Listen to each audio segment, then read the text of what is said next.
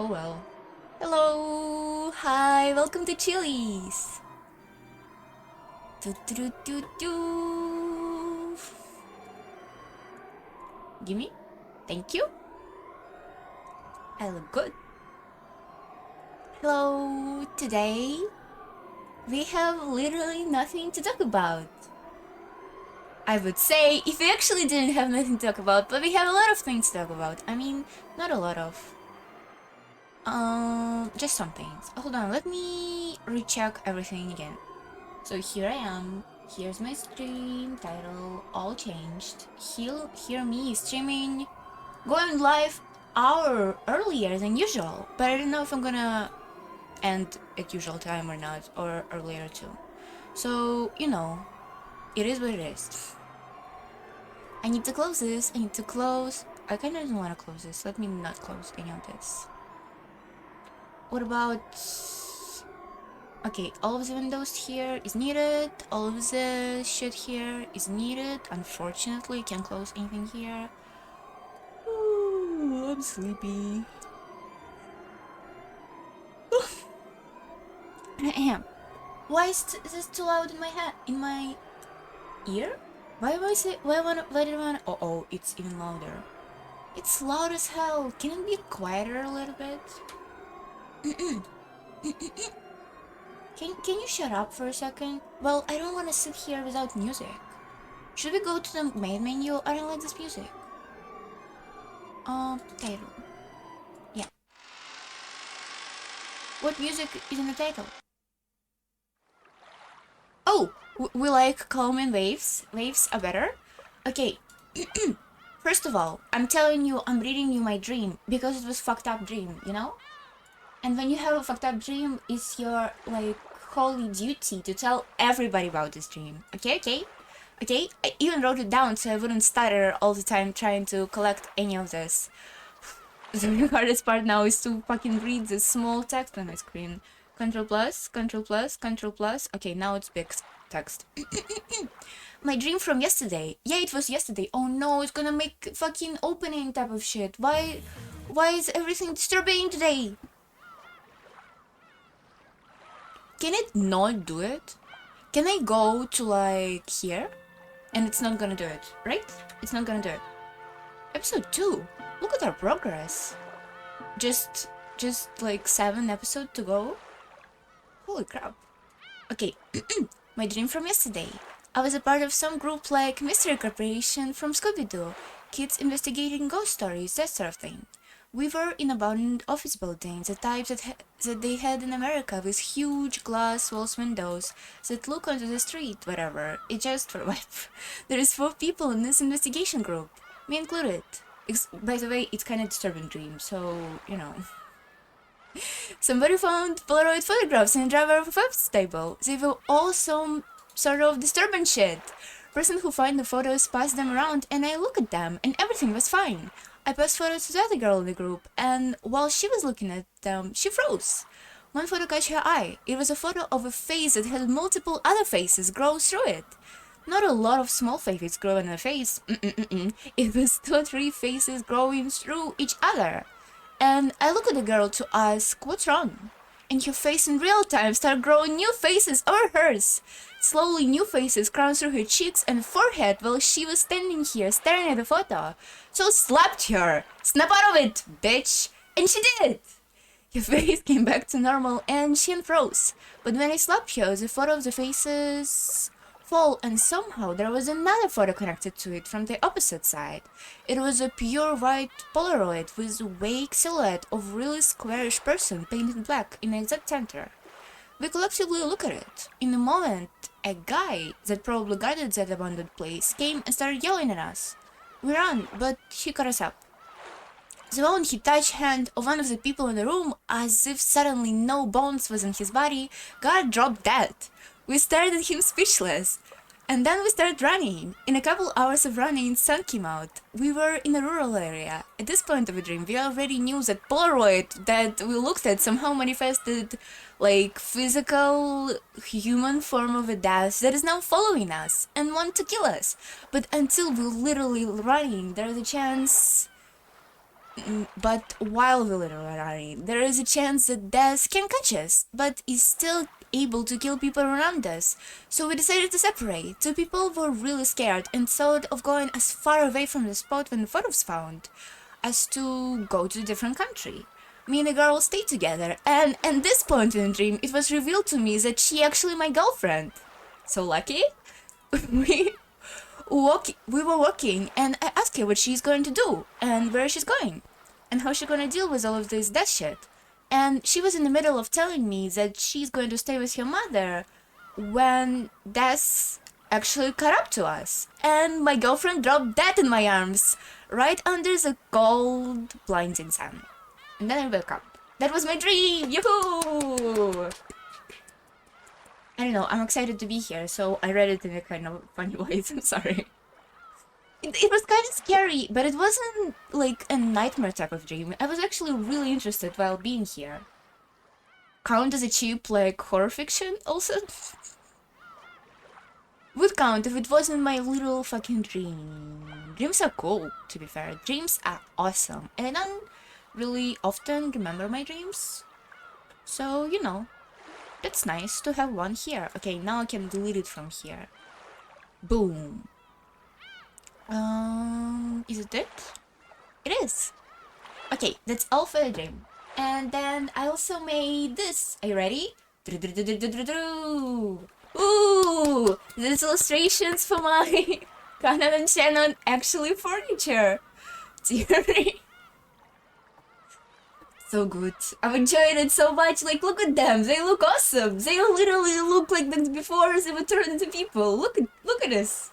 Look at this. I should actually draw it. If I draw it, it's gonna be like high effort memes. I enjoy high effort memes. Look at this. Look at them. They look good.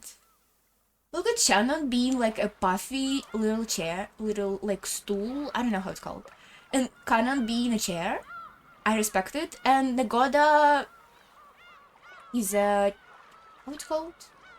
I don't know how it's called. The wardrobe. Goda is gonna be wardrobe, but I didn't have time to make him. Okay, that's it. That's all I have to talk about today. Let's read the game. Load. So, I pour water on myself. I'm sorry for screaming.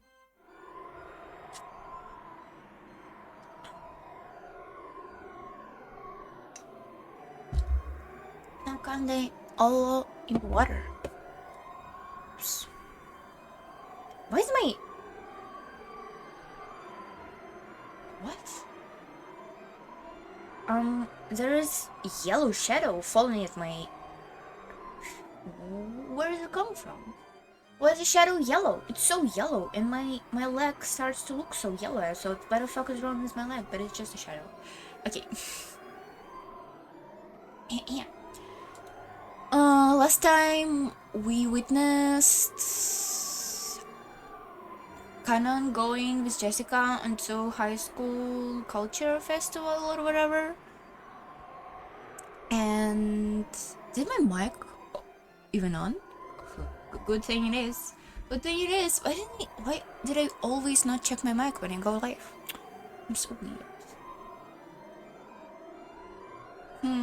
So last time Karen and Jessica went to a culture festival, and then Beatrice appeared here. No. And then Kanan rejected Jessica, and then Beatrice appeared here and said, "Holy fuck, you thought you can love as a furniture? Not so fast." Actually, what is she doing? Is she doing this just for fun because her romance with Kinzo is not working? Why is she doing this? This is interesting. Does she really not care? I actually have a feeling she's secretly like a really good person. Because so far, killing people was better for them than them staying alive, you know? All of their fates are kind of doomed in this patriarchal type of living that they're forced to live in. So maybe living in a gold land is better for them, better for all of them. Let's just read. Kanan growled his foot even more into the stump brush. brush, he felt it break under his foot. Then it dissolved as if into water, and changed the butterflies that sparkled gold, which flutteringly away beneath Cannon's foot. I was finding it a little difficult to continue preserving this form. As you ask, I will hide myself for a brief period. Just as there is no tide that does not ride, and no moon that does not wax, my magical power will surely become whole again. And there will surely come a time that is appropriate for my revival. I cannot imagine whether this be tomorrow, next year, or even 100 or 2,000 years in the future. But as long as there are those that entertain me, I will surely gain power and revive. Interesting sentence. I will disappear for a short while until the time comes. That bruise on the palm of your hand is already gone. So if you wish, tomorrow morning you can let my existence disappear as an illusion or a dream. There is nothing more sudden for me than to be forgotten. However, I will definitely be revived. Make sure that you won't regret the day's coming at any time. I will surely have my second coming, Jesus Christ, and control everything at this island, true master. And at the time, the door to the Golden Land will be open again. The covetous and the greedy shall call me forth without fail. And off. Disappear now, Golden Witch. This actually looks like end of chapter, but maybe not. Leaving behind the mocking love, the witch turned to a flight of gold butterflies and scattered away. The whole area sparkled like a gold blizzard in a snow globe. It was a fleeting, fantastical scene that disappeared in a heartbeat.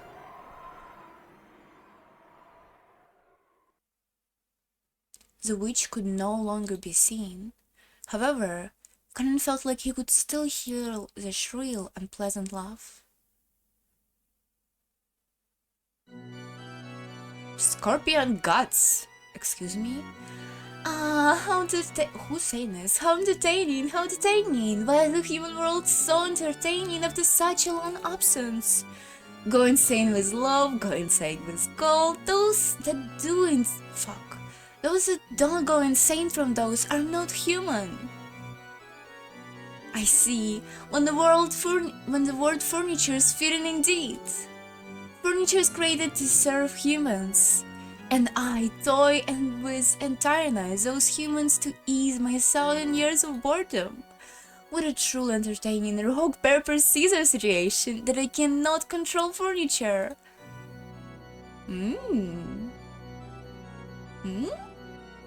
You cannot control furniture.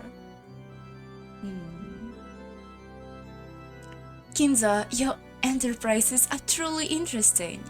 Furniture, try and see if you can hurt me. Tonight, 2 seeds of love have been sown. Including the one already sown, it makes 3. You think, ooh? You're talking about Kinza and 2 seeds in Sharon and Cannon and George and Jessica?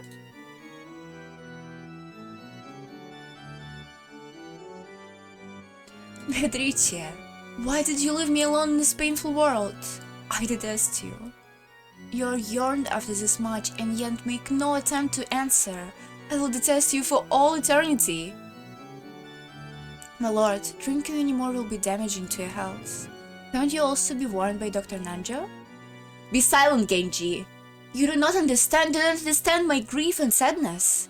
Even though I believe that as my oldest friend, at least you would understand my pain. Why is it so incomprehensible to you? Oh, Beatrice, why did you leave me alone?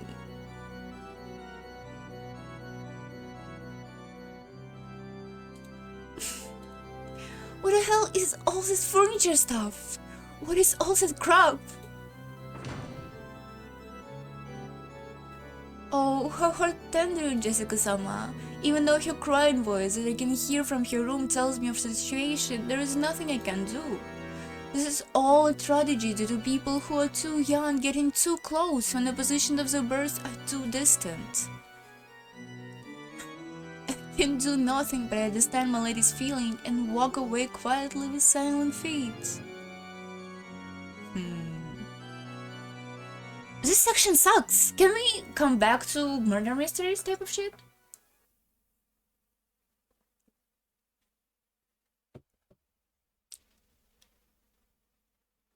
Moonlit Night. Still some chapter. What? Do you mean by that, George-san? I mean what I said. I still haven't built up my castle. Once I have, I will be able to think of myself as an adult for the first time. When that happens, I want to marry you. That's... But... my heart won't let me do that just anymore. So I want to give you an engagement ring. An engagement? You say... But, I'm... furniture. That's right. And furniture has to listen to what people say. You don't use it against her! I'm currently having a ring made that is worthy to be a gift for you. I think I'll probably be able to bring it to a family conference coming up soon. I'll give it to you then, so please, I want you to let me hear your answer. Oh, so it wasn't... She didn't know about that completely. Okay. If you accept my engagement proposal, I will proclaim right here to all of the relatives, including grandfather, my engagement to you. George-san, I'm sure some people want to approve of our relationship, but there is no need to look at their faces, because you only have to fill your eyes with me. I will definitely make you happy. That I promise you. Definitely. Cute, but at the same time, meh. Uh-oh.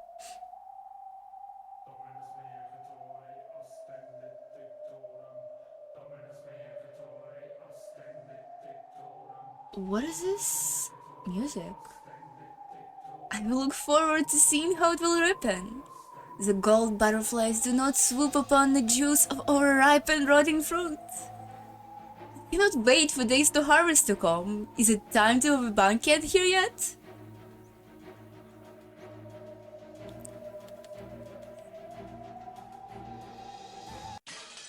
Oh, finally. Okay, what's gonna happen? Are we... The first day, October 1st, 1986. 1986 stands of 10 months, first day. 10 months, October, yeah. Saturday, October 1st, 1986. And chapter name, Chessboard Preparations. Chapter 4. They had eaten breakfast at a coffee shop in the station building. By chance, the inside of the shop has been decorated with Halloween colors since it was October. It seems that Maria had really taken a liking to that. Ever since, she had been making a fuss inside the train about wanting to have a Halloween festival without caring that she was attaching the attention of others. Halloween is popular in Europe and America, but people are hardly familiar with it at all in Japan.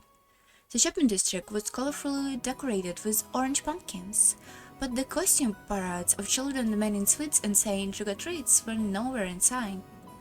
I'm on Halloween festival. I don't want to wear this clothes. I want to look like a witch. You don't want to wear this clothes? Really? I would be so excited to wear clothes like yours right now when I was a kid. Like, what is this Lolita type of shit? Who allows kids to wear this? I could not be allowed to wear what I want until I was like 12. Maybe even more. And I always hated the type of clothes my parents would dress me in. They have no fucking taste, and all the clothes was really weird to the touch. So I hated it too. Nobody cared about me as a child. Total playtime, 30 hours? I'm on a Halloween festival. Yeah. The family conference isn't for playing.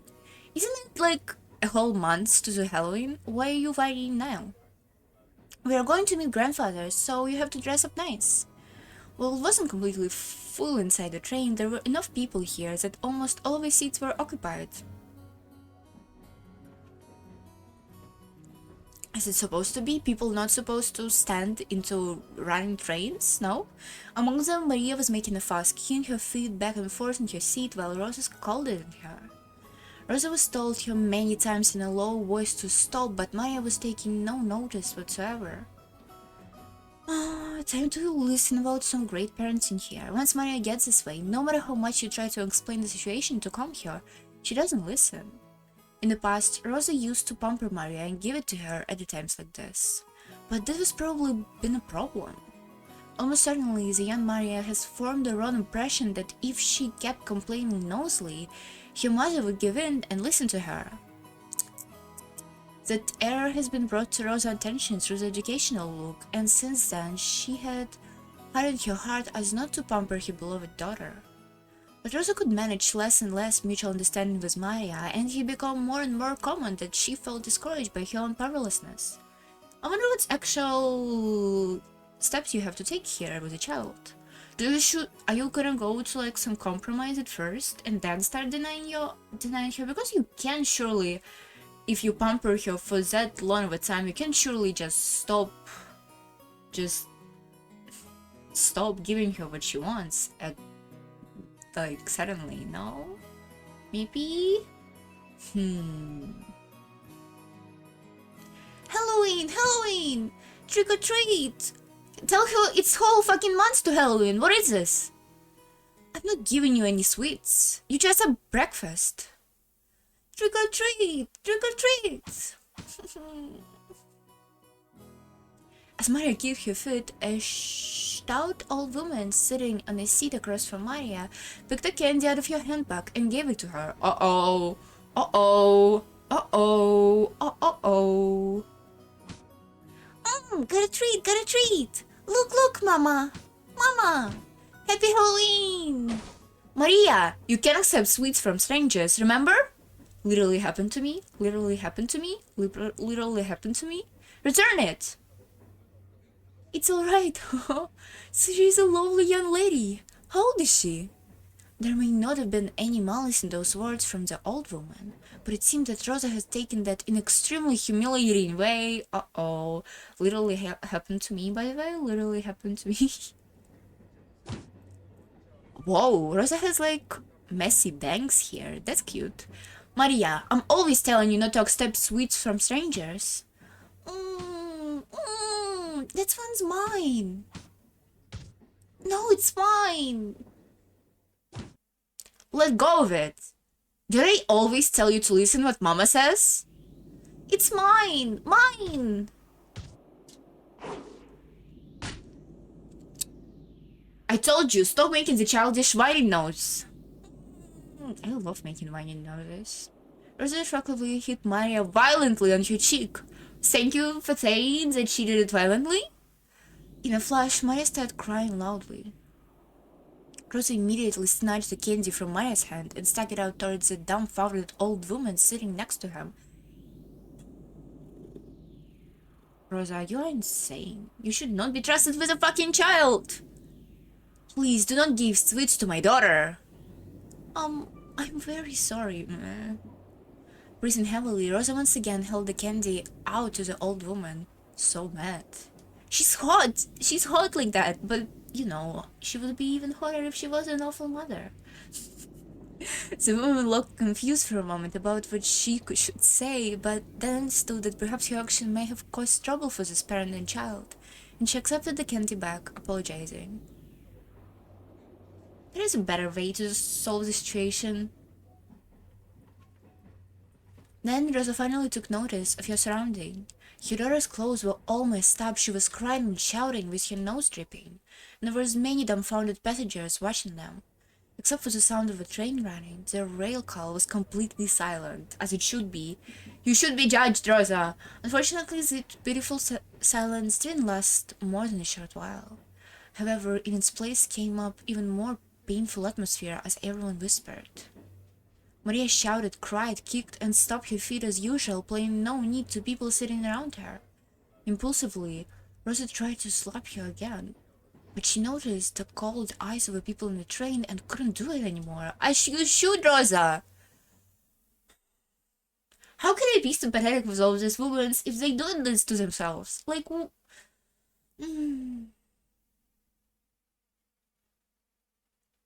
When the train stopped, Rosa got off, forcefully pulling Maria by the arm and almost dragging her along the ground. As usual, Maria didn't stop crying. Rosa took her to the end of the platform and hit her cheek again! Oh, at the moment she was hit, Maria stopped crying for an instant, but before long she shouted and cried even more than before. Rosa, whose emotion has exploded, grabbed Maria by her collar and pulled her hair as to rip it out. What the fuck? Oh, it hurts! It hurts. Can you hear me? I'm telling you to shut up! That ooh of yours, I'm telling you to stop it! That's the reason you can make friends in class, don't you get it? Get a hold of yourself! Why are you always in a kindergarten inside your head? Why can you do that? Why can you do what Mama says? Why? Why? Along with those severe words, Rosa hit Maria's head over and over again. The more Maria cried and shouted, the more Rosa hit her. And the more Maria was hit, the more intensely she cried and shouted. Mama, it hurts! It hurts! You must save me! Why can you just stop whining? It's because you're like that you can make no friends. It's because you like that Paolo had never come back from the business trip. It's because you like this that I... Excuse me, madam. Is something the matter? Is there something you want? The one who timidly called for her was the station attendant. Rosa glared at him with a look that said, "Don't come in the program, I'm a mother and a child, stranger." The station attendant surely hadn't wanted to talk to her. However, Rosa has been yelling on the platform for much longer than she had imagined. Her emotional scolding had caused the passenger on the platform to advise the station attendant that it would be a good idea to speak to her. What the fuck, Rosa? Holy shit, you have such a huge fucking problems. Rosa yelled at the station attendant as they would get on with the next train not to bother them anymore. And then finally, or maybe we should say for a second time, she noticed the passenger on the platform staring at her from the distance.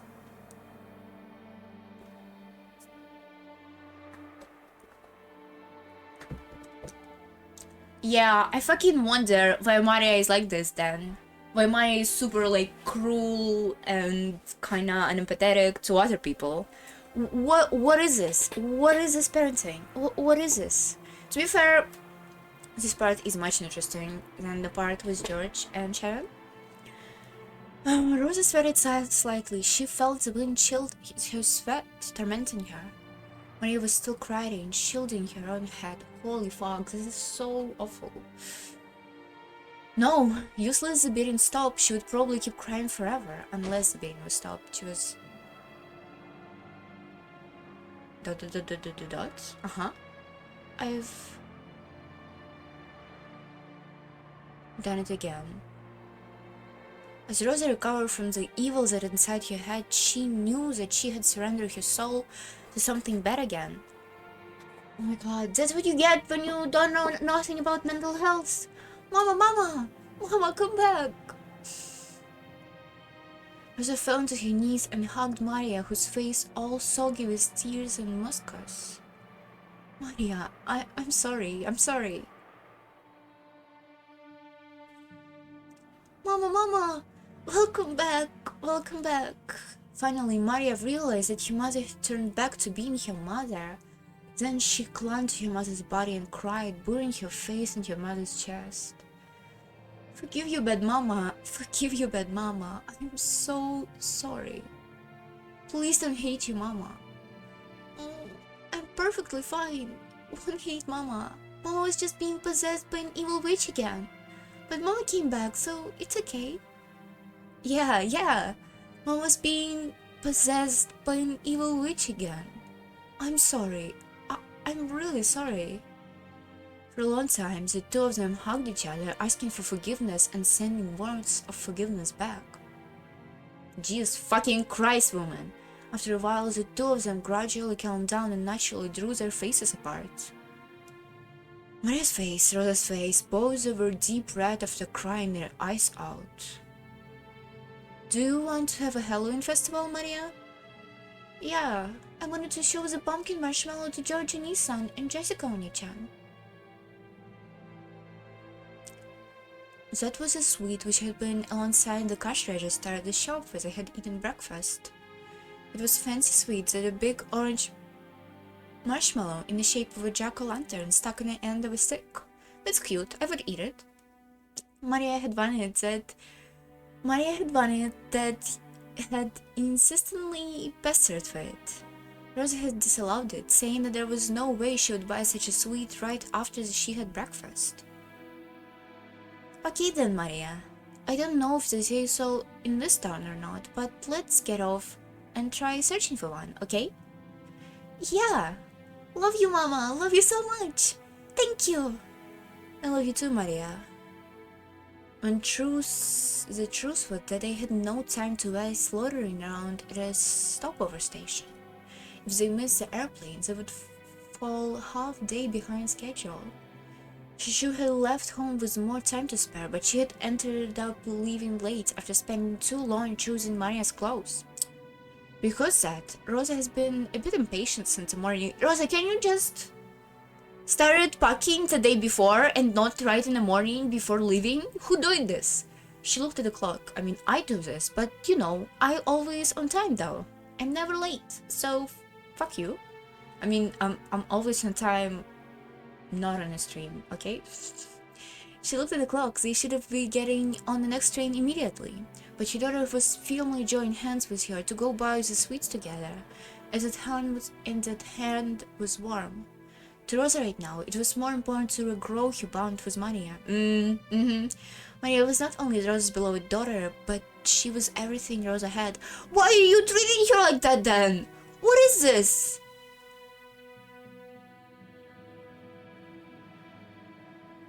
Fortunately, she could see that there was a big supermarket right in front of the station. Maybe she wouldn't be able to find any sweets exactly like that one, but Maria would probably expect something similar. Besides, Rosa also couldn't show up with a face swelled from crying. She would have fixed her makeup. We may not find a marshmallow exactly like that one, but I hope we can find a sweet that's similar. And let's surprise all your cousins with it. Yeah. If it's sweet I brought together with Mama, everything is fine. She's alright, she didn't want like anything. Oh, why can you just... The two left the turnstiles of a station in this unknown town. Maria walked across the pedestrian, crossing together with her mother, feeling very pleasant, although she was walking in an amusement park. Both faces were still deep red, but warmth could have been seen between the two of them, mother and child, as they smiled at each other awkwardly.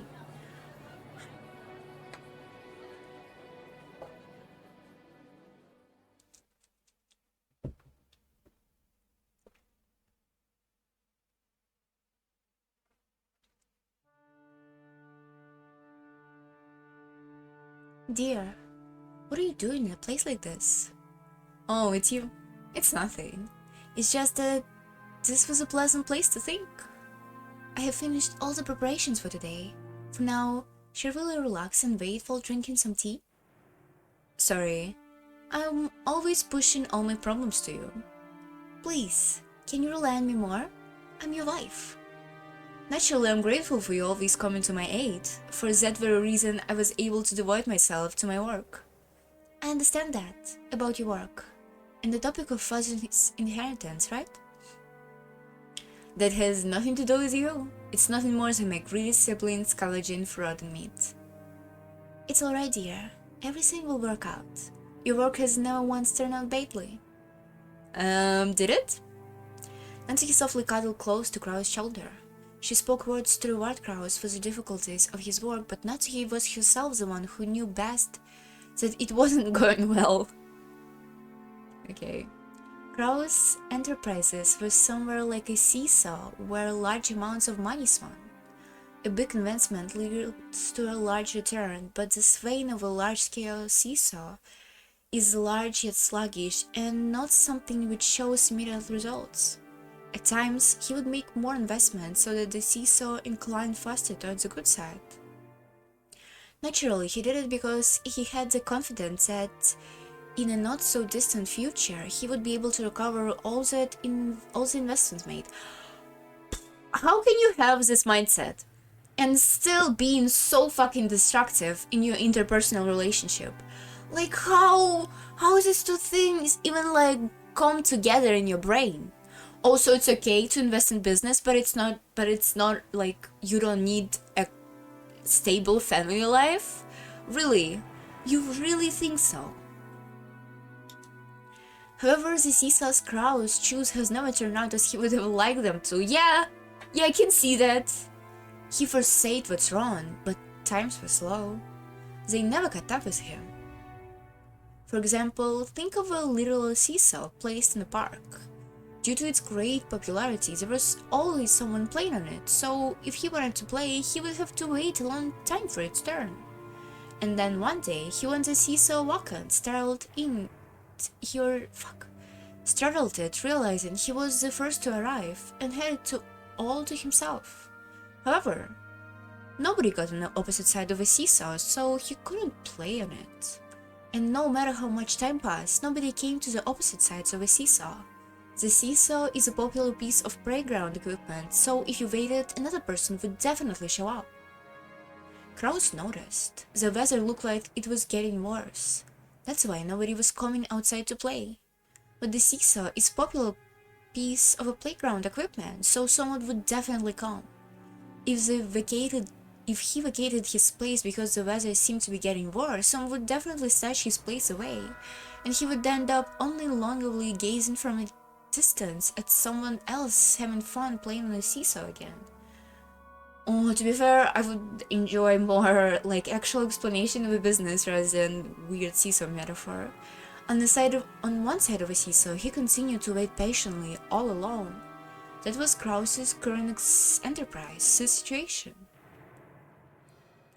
If only I had a bit more courage and the self-confidence to believe in my own foresight, I'd never once have felt. Yeah, that's true. That's true, honey. Your foresight is never wrong. You're the only one who inherited father's gift. You inherited an innate disposition that none of the other siblings did. Didn't Kinzo just love to gamble, and it's not about that? Yet, I was unable to believe in it. I always choose my own projects like a coward. Closed my own project like a coward. Why can't I trust myself? Who would trust a man who can't trust himself? Nobody. I'm always sitting myself down in the seats where the losers might sit. My father, my mother, and my siblings, all of them sneer at me. How long before I'm set free of this complex?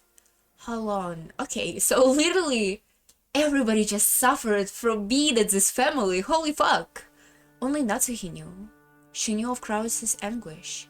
At the eldest son of the Ushiramiya family, who would have to shoulder a big responsibility, he couldn't open his painted heart to anyone and would always be compared to his father's great enterprises. I have finished all the preparations so we can devote yourself to the family conference. All of them. Sorry. Will there be any problems with father? No. Genji and Dr. Nanjia are on our side. I'll never allow those greedy siblings to meet father. Really?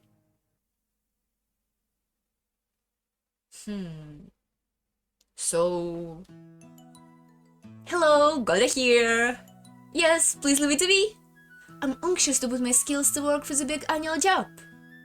Yo, Goda here! Ingredients of varied colors had been gathered in the kitchen, and the preliminary arrangement had been started. Even though it was still morning, the ingredients for dinner had already in saucepans and steaming. Normally, he had to deal with several assorted matters other than cooking, but on the day of the family conference, he would devote himself to it entirely. To Goda, who was originally a chief, this was surely the greatest gala occasion of the whole year. Yes, dinner will be excellent calf steak. A wonderful cut of meat is already in the refrigerator, anxiously waiting for tonight. Please... Sorry, hold on. Me. Please let us as servants know to look forward for tonight. I will not dispose them either.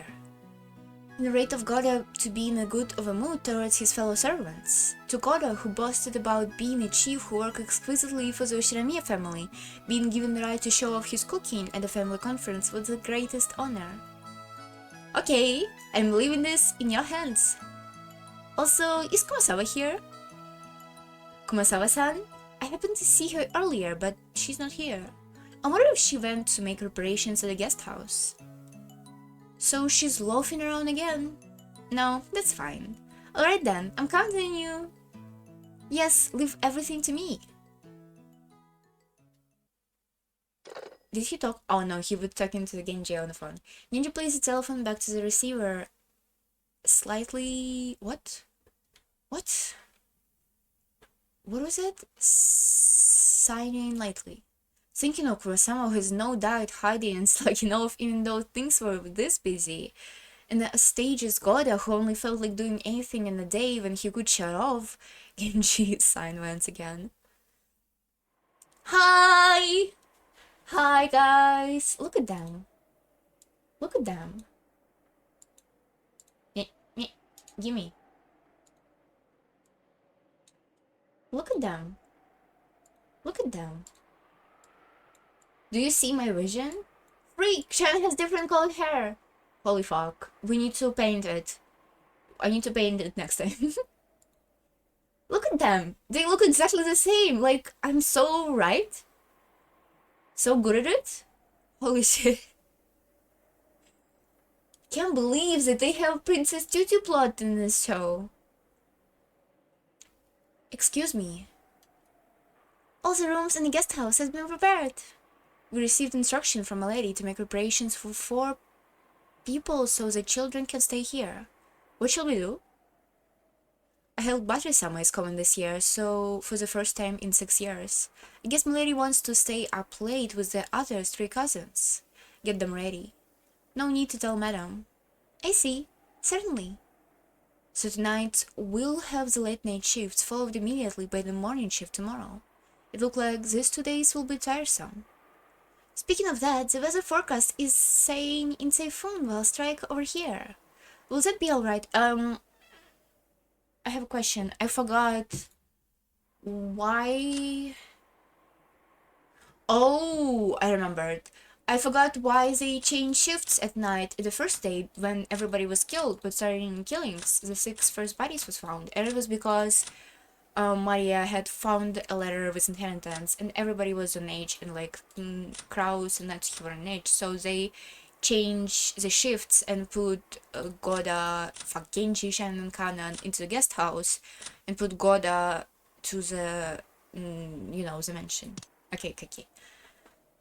Speaking of that, the weather forecast is saying the typhoon will strike over here. Will that be alright? Unless the typhoon diverges greatly, it may affect the family's board trip back, depending on circumstances. The family conference schedule may drag on until about Monday or Tuesday. It will probably be a long haul, but I ask you both to be careful not to make any blunders. Shannon, relax and don't panic. Karen, be sure to grease them with a courtesy. Yes, I'll be careful. I'll be careful. Today we will be entertaining a very important guest. Make extra sure that everything goes smoothly. I understand fully. Any guess who is it here is important. Kanan, we welcome today an important guest in the truest sense. Make sure you're prepared. Oh, he's talking about Beatrice. Yes. Shannon, what's wrong? You've been looking restless. Did you promise to be somewhere? Huh? Oh, no, it's nothing. My apologies. Nessan, an important guest will be arriving today. Detach yourself from your private life. I don't know what you mean by private life. Shannon blushed just a bit. She turned her gaze away from the clock. Was it about the time for the airplane carrying the family to arrive at Nijima? She had thought she had been hiding the fact that her long-awaited reunion with George was making her heart palpitate, but Karen, who stood at her side, understood her perfectly. Palpitate?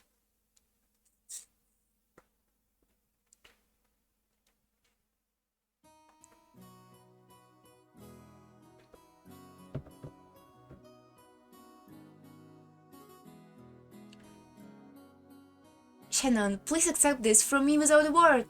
Inside the bathroom stall, George was practicing something over and over, talking out a small velvet box hidden in his pocket, like a quick, broad desert gunman. That's not it. Oh, talking about desert garments, I watched, you know what I watched yesterday? I watched The Good, The Bad, and The Ugly. I mean, I didn't finish it. I watched like the first hour and a half of a movie, and I'm watching extensive version, it's called? Extensive? Extensive is the right word, right? I'm watching extensive version of it, and I liked it a lot. It was pretty good. It had some really like cute little writing things in it that I really enjoyed, like foreshadowing and that type of thing. I liked it a lot so far. I wonder how it's gonna end. Is everybody gonna die? That's really interesting. I love old movies. I wanna watch all the Clint Eastwood movies for some reason. I don't know why. And I never actually watched westerns before. Obviously, that I didn't saw. Oh! I caught a mosquito with my bare hand. I'm so skillful. In the air, with one hand. So skillful. What was I talking about? Oh, I never watch westerns at all. But now I'm gonna watch a lot of them.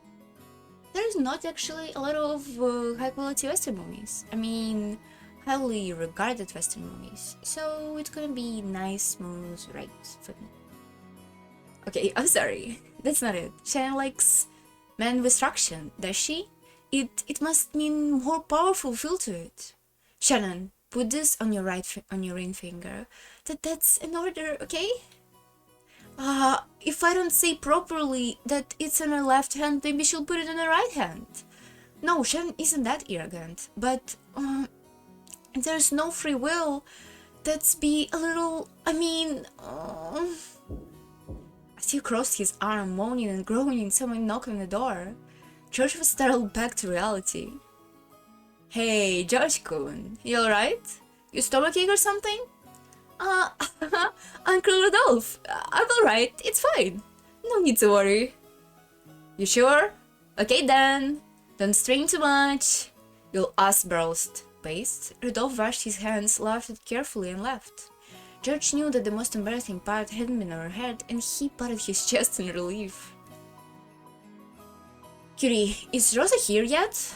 Not yet. She's pretty late. It's a good thing the vet is delaying our flight. If the schedule had been like normal, she'd have missed the plane by now. What would she have done then? Rosa is an adult now. She'll manage somehow. No matter how old they get, older brother always treats your younger sibling like a children. That's always the kid, no matter how old he gets. What'd you say? If I'm a kid, that makes you a baby. Come on, Buzzy-chan, up you go. Stop it, that tickles! Stop! You two look more like a couple of naughty kids than a father and son. Look, she's here. Oh, isn't it Rosa-san? Maria-chan, long time no see. Long time no see! Ooh! Maria, shouldn't it be it good to see you again? Greet your uncle properly. It's good to see you again. Here you go! Well said! How about some candy as a reward? Oh, huh? Where'd you put them? Rosa-san, it's good to see you again. It's good to see you too, Maria-chan. It's been too long, Kirina-san, Hiroyoshi-san. Oh, my, Butler-kun? Look how big you've gotten. Oh, come on. It's embarrassing hearing that from every person I met. Hey, Rosa, you're late. If the plane was in time, you barely have made it. I'm sorry. I had some trouble making our trade connection, so we are waiting on the weather yet again. Don't complain. I much prefer the 30 minutes plane trip to spending 6 hours bouncing on a boat. Even if we kept waiting here for an hour, it's still much faster overall. Is that Maria? She's sure gotten back. She's a growing age.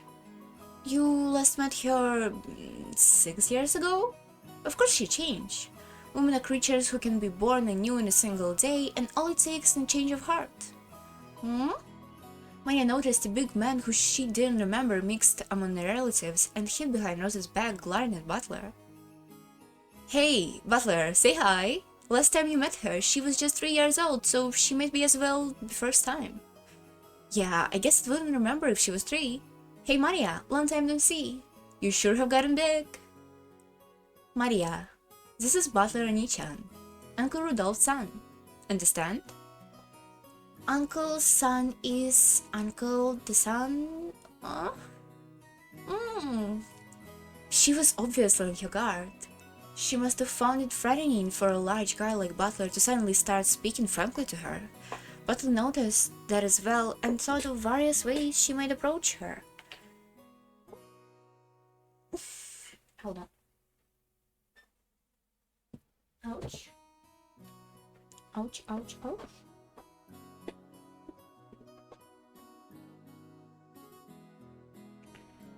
Then he noticed the sweet that was in her hand. It was a jack-o'-lantern sweet that Rosa had brought to her. Oh, right, it's October, so it must be for Halloween. Did we talk about this in the first episode?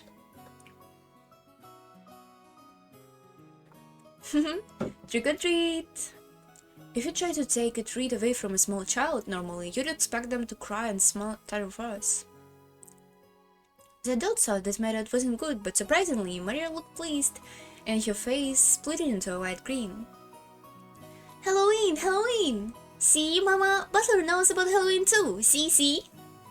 Hey, call him Butler Oni-chan. Sorry, Butler-kun.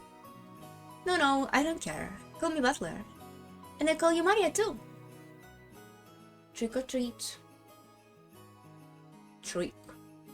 Never treat. Come on, Maria, it's Halloween. Trick or treat. Trick or treat. From inside her handbag, Maria picked out a jack-o'-lantern sweet identical to the one she had in her hand and presented it to Butler. It seems that Butler accepting it was enough to confirm their friendship. The adults felt admiration how children have their own ways of communicating. To Maria, who had been complaining that she wanted to have a Halloween festival. It's whole months for Halloween though! What does she want? It must have felt like Butler was a friend since he knew about trick-or-treat. Her defensive posture from before was completely gone. Now she was all merry, as though they had been friends for decades. Yeah, Halloween's minor event in Japan, isn't it? You often see people parading around in costume and in news over here, but I've never seen it in Japan. I wanted to wear a costume too! I wanted to trick-or-treat with all the cousins wearing costumes. Yeah, I bet you did. Let's us to do it together sometime. What would you want to go around us? What would you want to go around us? What does that sentence mean? A witch! Beatrice! Oh, she mentioned her right now here. Okay. So it is different. Oh, she summoned her in a plot. Okay. Thank you so much. I made my model myself. I genetically modified it in a lab to be especially cute. Oh, my lady, what are you doing in such place? Mana was looking for you. I'm here because I don't want to be found. I bet she only wants to nag me it anyway. All that crap like, is your appearance alright? And mind how you speak. Without a doubt. You know, when the day of a family conference comes, for some reason, I start getting weird feelings about the witch. Huh. Why would you say that? The family conference is a day when everyone related to grandfather gathers. Like, I hear Butler is coming for the first time in 6 years this year. Same kind of thing. I always wondered whether some relative who wasn't shown themselves for several decades may suddenly turn up. Oh, could a relative like that exist? I'm talking about Beatrice-sama. Nobody knows her background. Could she be grandfather's mistress from long ago? Maybe one of your descendants will suddenly show up and tell us to give back the gold we were granted or something, you know?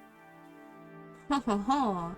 Crow Sama and others will probably have discussion about the problem of master's inheritances here too. With such excitement around over talk of the witch gold, I don't suppose it would be strange at all if the witch herself who granted that gold finally made her appearance. They know?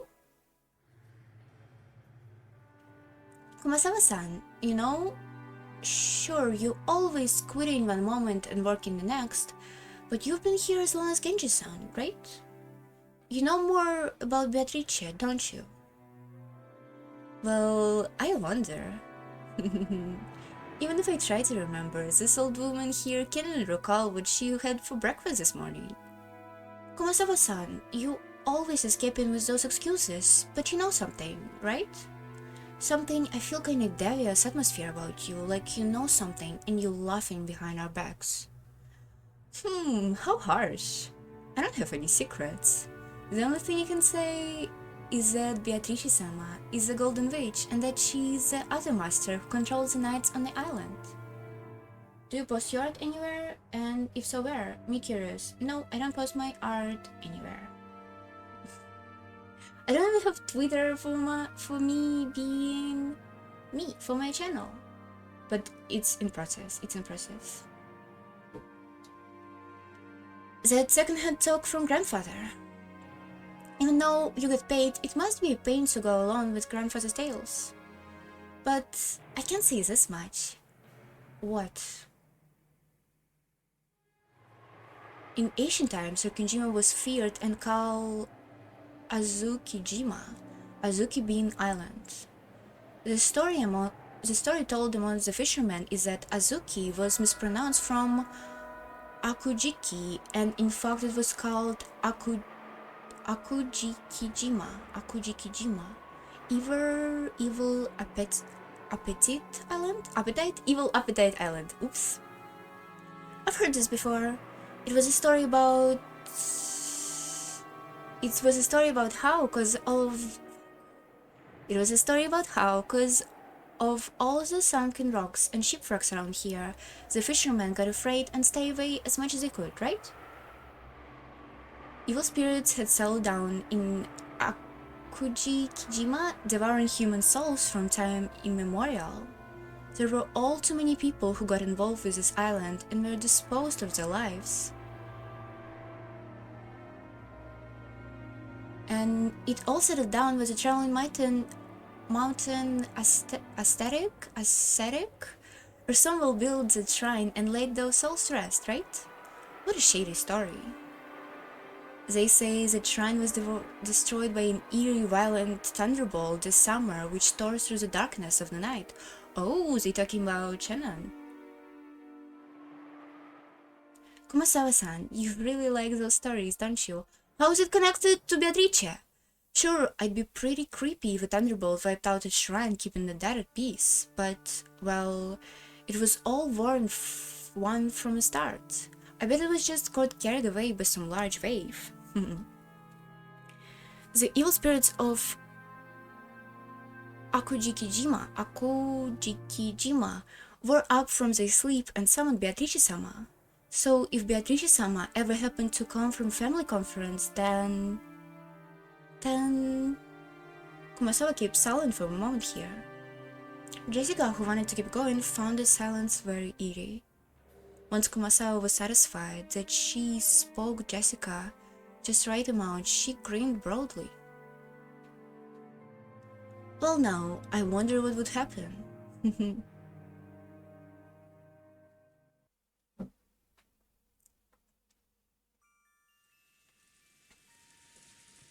Whoa, that sounds wonderful. It does, doesn't it? Isn't it useful for your work to entrust your heart and have an elegant time every once in a while? I think so. The heart and the wallet must be rich. Got it. I'll keep the day open. Please make the reservation. Will do. No baking out! Yeah, let's make this happen. I love you, Cutie. After kissing the receiver, Rudolph hung up. In front of his seat there were many executives with their sleeves rolled up, eagerly awaiting the end of this phone call. Sorry about wait. Have you had contact from America? Yes, it's from our lawyer Dale Watanabe on the external line. I'll transfer it. Overall, how do you feel about the situation? Well, I'm afraid it is not at all favorable. It seems they have no plans of withdrawing from the trial. Look like we can't fool them after all. Please transfer it here. Very well, right away.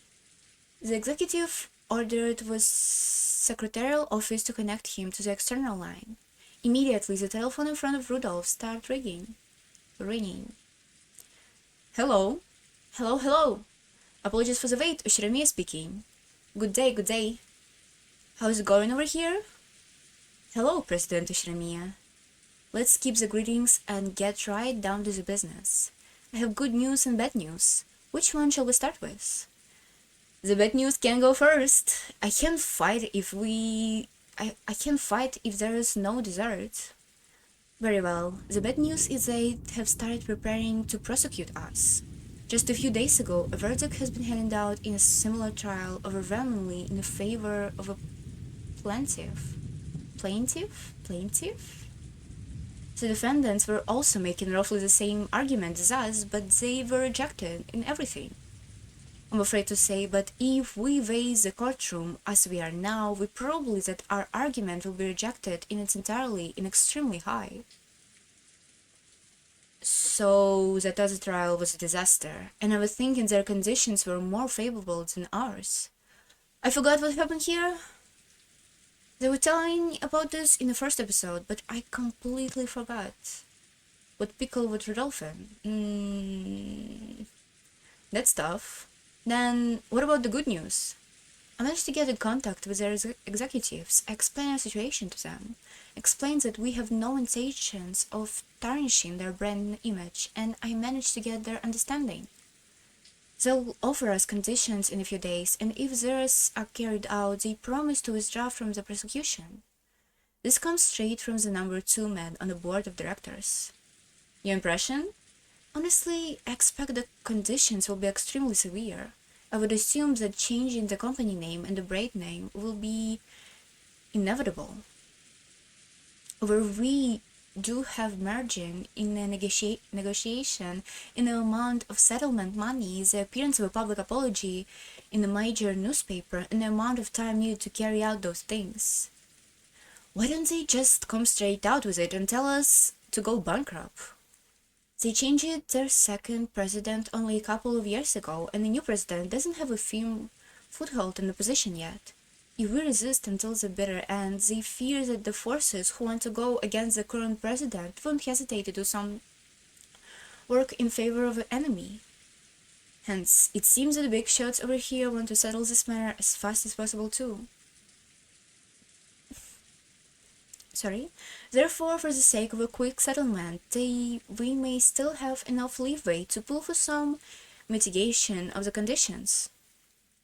So, Shramir Rudolph is doing some criminal shit, and somebody... I forgot all the words I need to construct the sentence. At this rate, an absurd amount of money will be necessary, I guess. You need to be prepared for that, and even so, I believe it will be much cheaper than disciplinary compensation. Thank you very much. So, Shramir Rudolph breaks some law overseas, and now he's getting a trial for this? Overseas? I mean, in America. Thank you very much. If there is any more progress, please contact me. You bill highly, so I cannot chat around idly with you. Haha. Thank you, goodbye. Rudolph hung up the phone.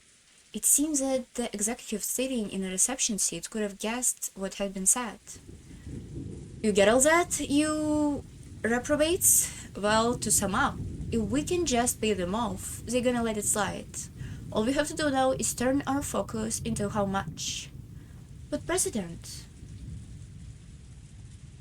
the sum that Mr. Watanabe estimated for the settlement is too much.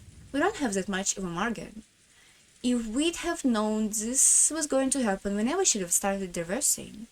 The calculation was that we could escape the capital crisis if we were able to endure for 3 years. To be stopped at this juncture is just incredibly unfortunate. I guess we tripped and fell at the step of the hop step jump. Oops, I could cry. We have no choice but to draw the money from the main bank. Banks are no good. They only bet their money on winning horses. The situation is getting better, but we can't show weakness to the banks. President, do you have any funds which are unaccounted for? Uh-oh, funds that we aren't aware of? Stop that! Do I look like that kind of man? The contents of my wallet are all exposed to you guys, alright? The account book over here show all that the company has. In that case, we have to raise money. We need a sponsor who can draw in several $1,000,000 for us as soon as possible. President, couldn't something be worked out with one of your associates? President! President! Calm down, you bastards. I'll find a way to raise the money. You guys just maintain the business and try to not fall to pieces. They're saying they'll forgive us so long as we hand over the money. We already have the thick pipeline in Asia. They'll probably have consequences all over the place, but we can still maintain our deals. The point is, this is a problem that can be entirely resolved just by handing over the money. Just watch, I'll settle everything. I won't let you out of this in a cult. Start feeling like you're in a good hands. When this is all over, I'll be rewarding all of you guys with a champagne tower, I promise. So just shut up and follow me, alright?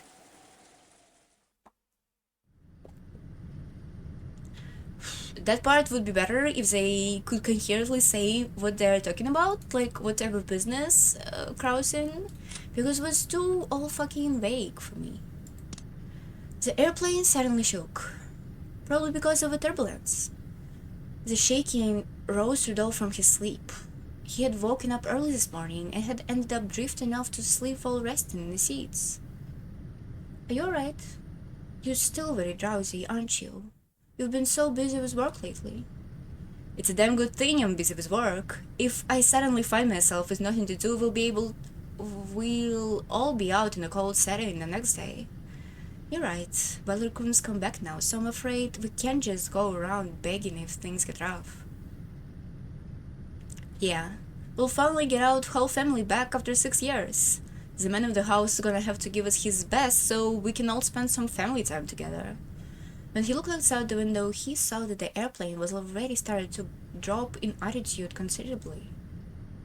The fishing boats, which had only looked like black grains until a short while ago, had become clearly visible. If I could prostrate myself before that and borrow 10 mil in exchange for a punch to the head, I'll take at least a dozen, but failing that, he'd better hurry and give up the ghost. I've mooched off him so much over the years, and now I'm going for the inheritance. I'm going to hell. It won't surprise me a bit if he doesn't want to see me. Unfortunate?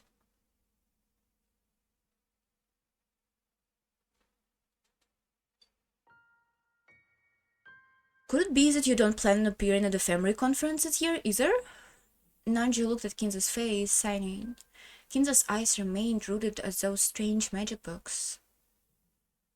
I have no intention of joining those vultures in their discussions. They can discuss how they will suck my bones as they wish. They are not worth a moment of my time. My, how troublesome. Nanji shook his head slightly. To him, children and grandchildren here to be adored, and he believed that their growth was only enjoyment for the old man. He found Kinza's words to be a very sad thing. If this time comes when I must leave this room, I will show myself then. Just as that one does not show itself. What? If the time comes when I must leave my room, I will show myself then. Just as that one does not show itself. Kinza raised his face and in the direction of his gaze at the portrait of a witch respectfully disappeared on the wall. Inside Kinza's head, there was no conception of today being the day of the family conference, the day when all his dear family would gather together. There was only the face of the witch in an oil painting who never smiled outside her portrait. Everybody knew that what Kinzo talked about Beatrice, unnecessary cutting in words, instigate with his wrath. Today, I will perform a certain ritual. Huh. And what that would be? It would be more accurate to call it a gamble. After all, no miracles dwell in magic without risks. Naji has already heard this countless times. You could call it Kinzo's favorite phrase. It seems that Kinzo believed in magic and miracles arising through the betting his own fate with a certain kind of risky probability and beating the odds. Kinzo-san, you may once have been called the gold gambler, but I cannot imagine what kind of gamble you will take on with that aged body when you could go to the other world in any time. I guess this will be worth seeing. I see. So, if it were up to you, unversed in magic, even a secret ritual I have thoughtfully researched would be branded as a gamble. So be it. If it is I, a believer in miracles, who wins, you will be able to understand clearly that all my research, which probably only appeared as vagary in your eyes, did bear fruit on this day.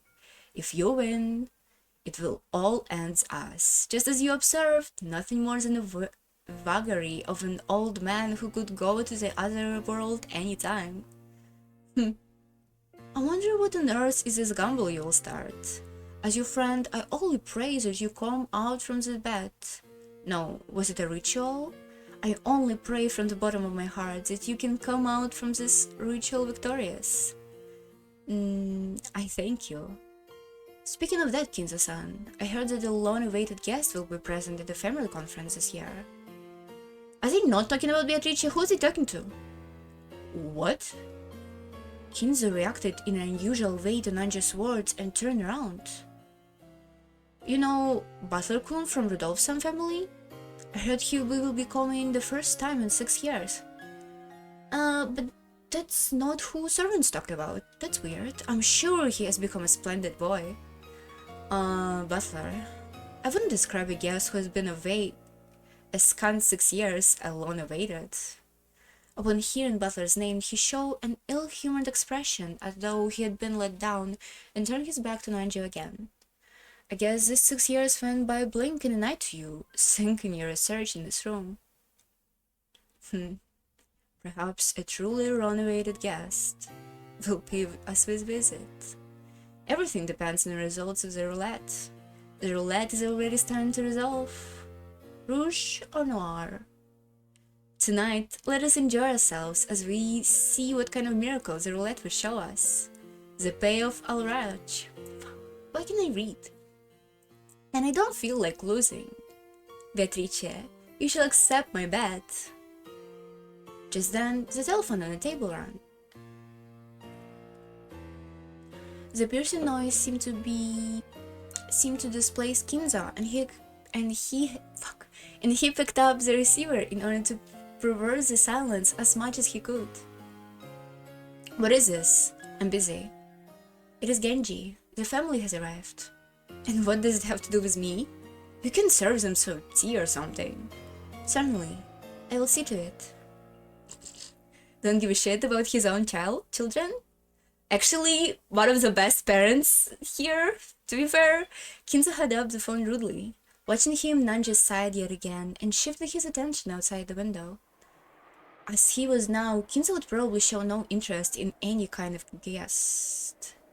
Was here any guest who could make Kinzo agree to come out when he should? He had one person in mind, but that guest was the one who could not possibly appear. After a glance at the witch of the portrait and her candid expression which he could not place as happy or sad, Nanji gazed up at the leaden sky.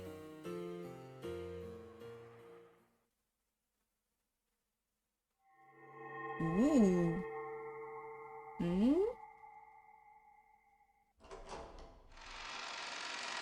Is she coming? Oh! We're here, okay. Now then, all the pieces are lined up. Let's start a new game, with the pieces all lined up once more. Are there any problems? Nope. The witch looked at him in challenge while elegantly smoking her pipe. Butler, he just slowly shrugged his silhouette as though he wasn't worth his time. This streamer drinks enough of water, that's true. This streamer drinks like a lot of water. Maybe drinking water is literally like the second thing the streamer likes to do more than, I don't know, art or something. But thank you for your concern. He just slovenly shrugged his shoulder as though she wasn't worth his time. He wouldn't look her in the eyes, but that didn't mean he wasn't going to play. It signified his plain determination to never be taken in by the artifices of his... by the artifices of this being he faced. It was an expression of his powerful determination to fight. Don't tell me you don't have a plan. I don't know how you're going to play, so no, I don't have a plan. Feel free to take the first move. Naturally, I tend to. In what way shall I destroy your defense? In how many moves will I checkmate you? This is how I will display my skill. Whatever moves you come at me with, I will never believe in you. As long as I stand my ground at this one point, I won't lose. And what it means is this. The way this game is made, you cannot win. Maybe you're right. However, I shall decide how many times we'll repeat this game. It will be repeated over and over again until I win and you admit defeat. In other words, this is torment. Eternal torment that will continue until you surrender to me. Continuing eternally until you acknowledge me and the existence of witches. In that case, I'll go along with you endlessly, any number of times, until you run out of patience. I'll never lose in such battle of the wills. Did some witch or other suggest it to you? That's just fine. I'm tired of listening to your rambling. Come on, let's get started. Come, let us begin. I already know your moves. I already know you move so well. A defense doesn't amount to much if the plan behind it is known. Fuck. Don't think you'll be able to defy me with the same moves.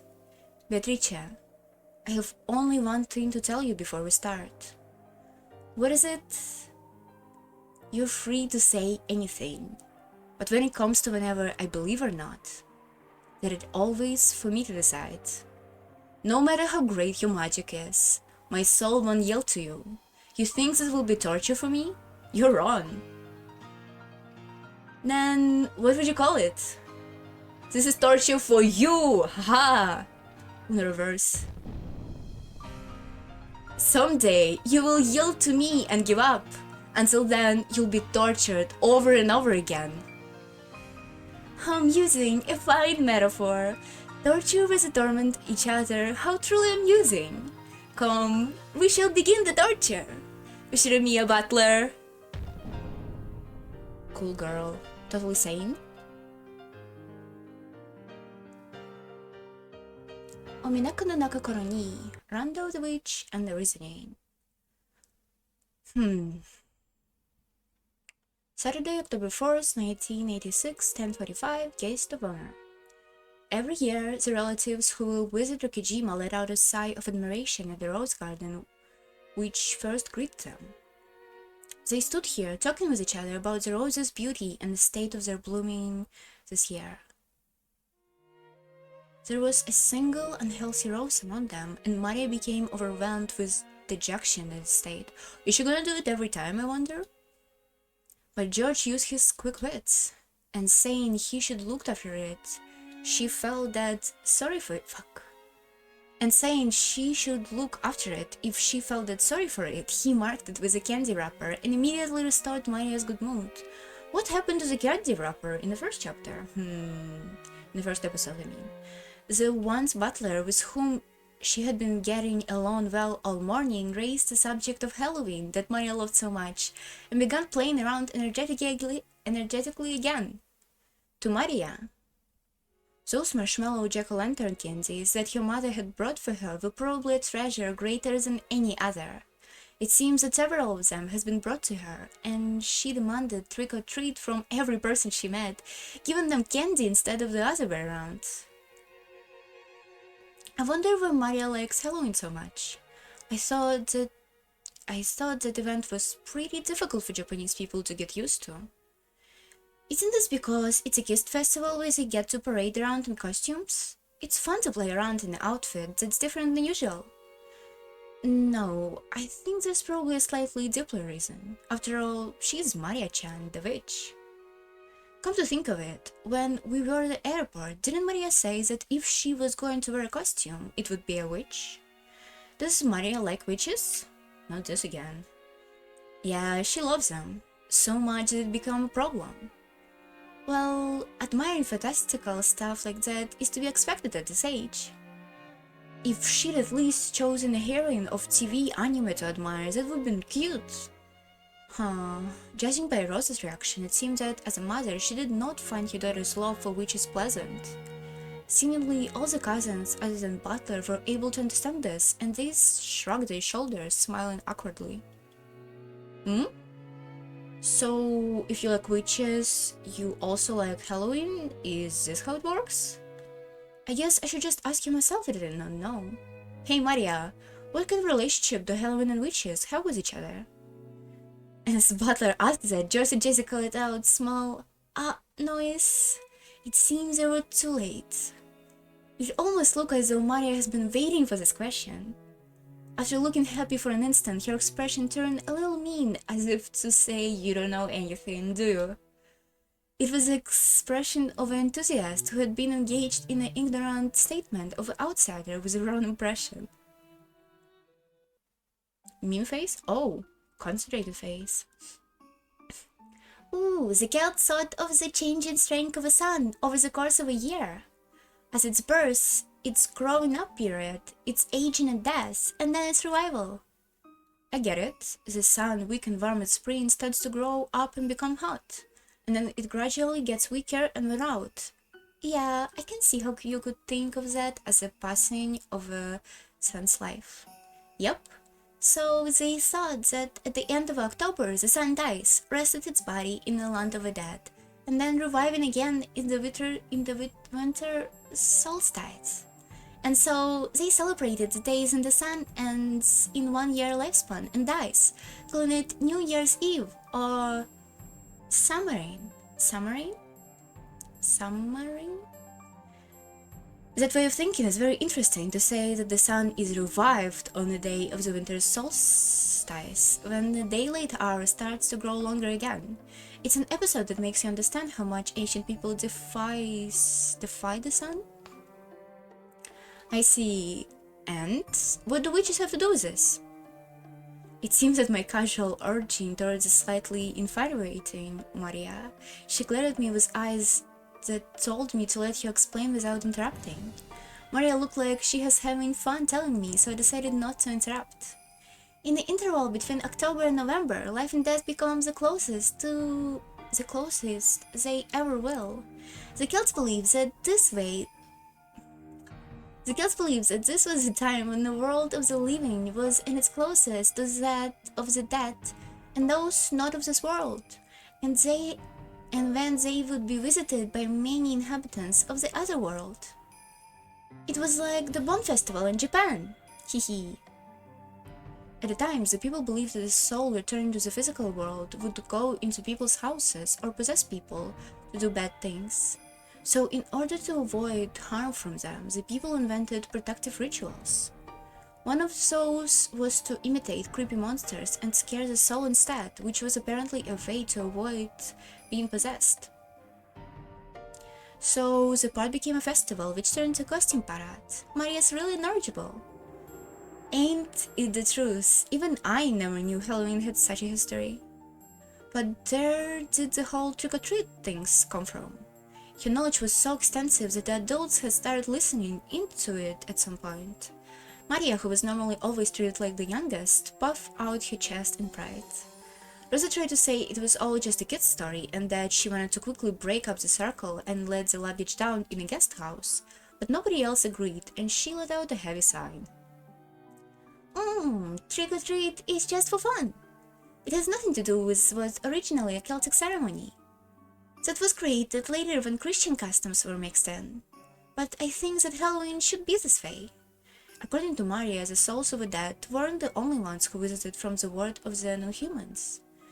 There were also spirits that had an intimate connection of how people lived. It was because humans received the favors of those spirits that they were able to earn a wonderful blessing and a year's worth of good crops.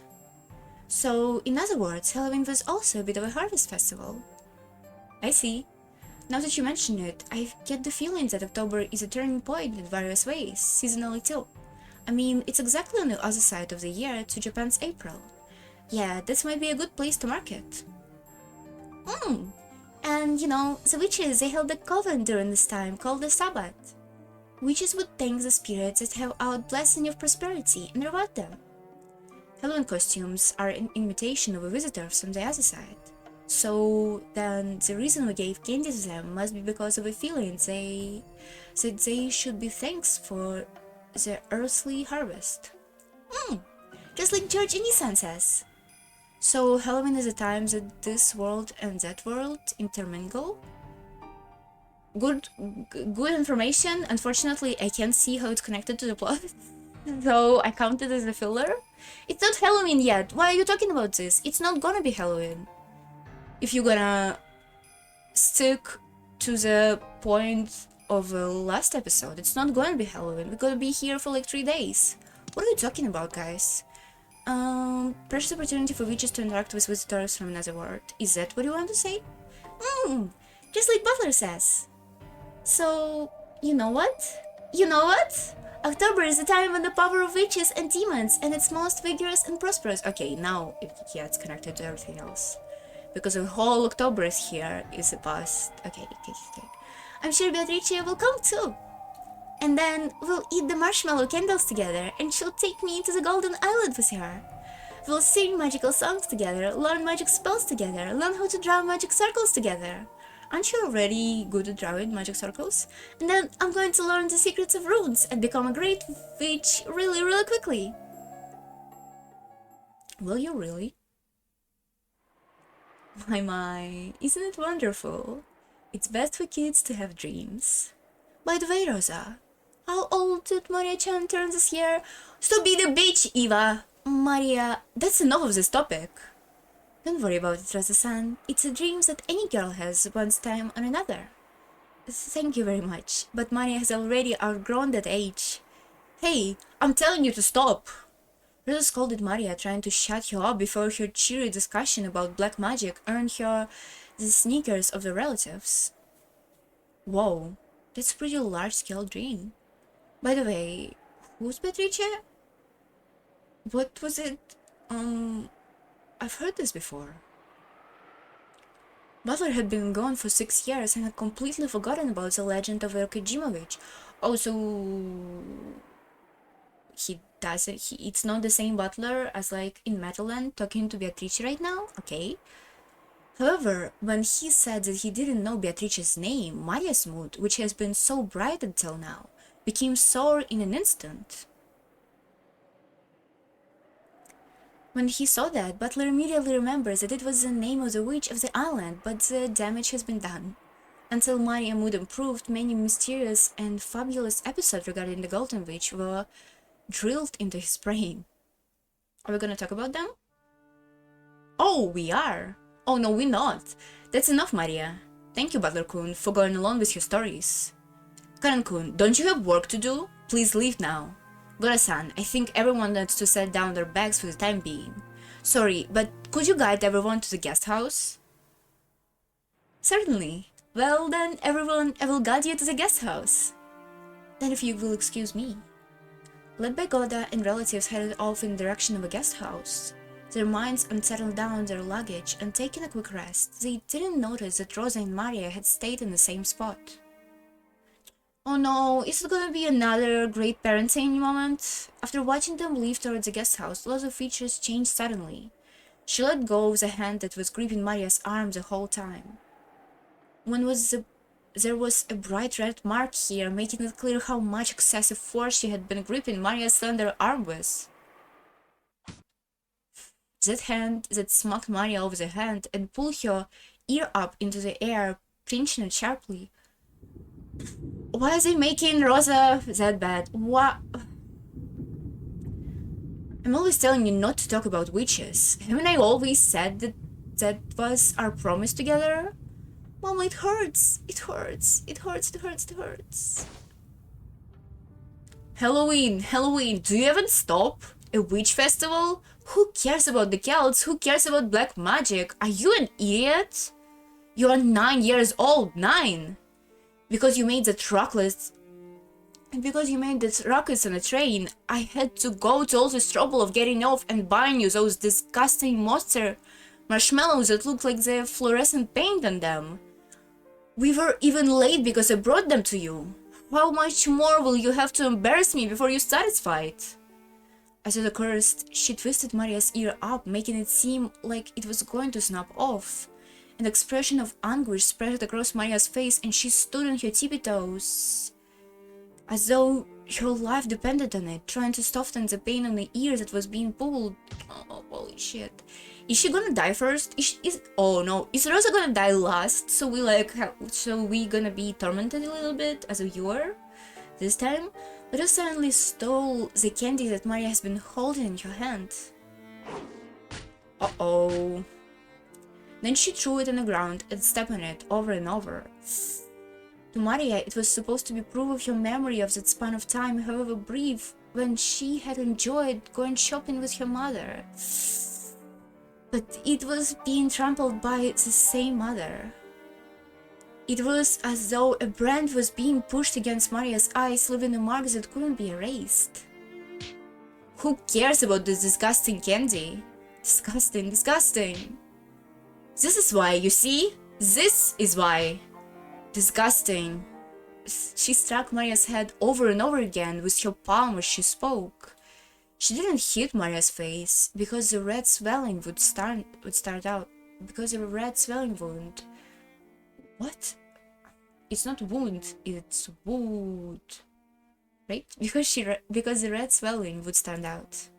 Maria closed her eyes tightly, patiently bearing her mother's violence. No, that wasn't quite it. Come back, Mama! Come back! Save me, Mama! Save me, Mama! Bear's a bad witch. She kept beating it, muttering that over and over. Will you listen? I told you to stop saying witch! You... Rosa shouted, shook as she breathed, tired from hearing. Maria gasped her hands together, was standing it, hoping that her mother would come back quickly. Mama, Mama, come back quickly! Save me, Mama! Finish off the bad witch! Why don't you just stay here doing that forever? And then you can just stand here mumbling about witches and Halloween forever. And she left. After throwing those words at Maria, Rosa went off towards the guest house, leaving Maria behind. Great parenting, great parenting. Maria, unable to remember that it was alright to cry, kept staring down at the tramplet, unrecognizable jack-o'-lantern candy.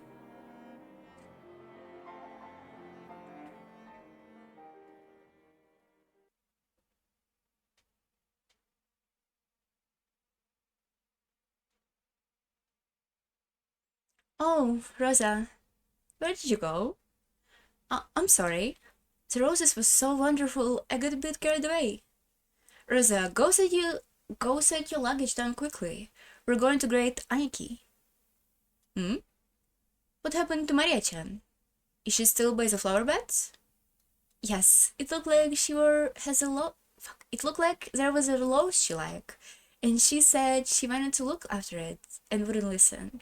I decided to let you do what she wants for a while.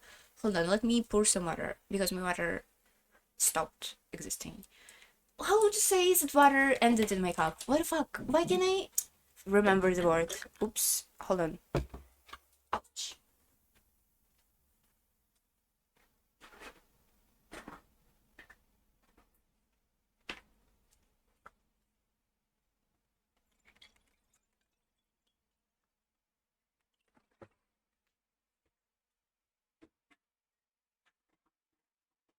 Oops.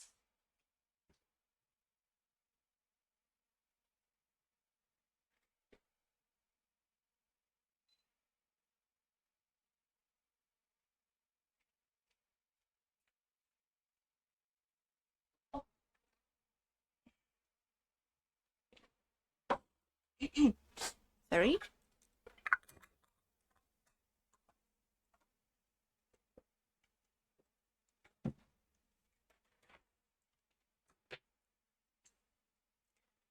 I decided to let you do what you want for a while. Is there music? No. We sometimes forget that the girls were... We sometimes forget that the girls have their own little world. Sometimes we had to respect that, right? That's right. Thank you for carrying Kirini-san. Goro-san, where's our room? I will guide you. This way. Allow me to hold your luggage. I'm fine. I can carry it myself. Thank you.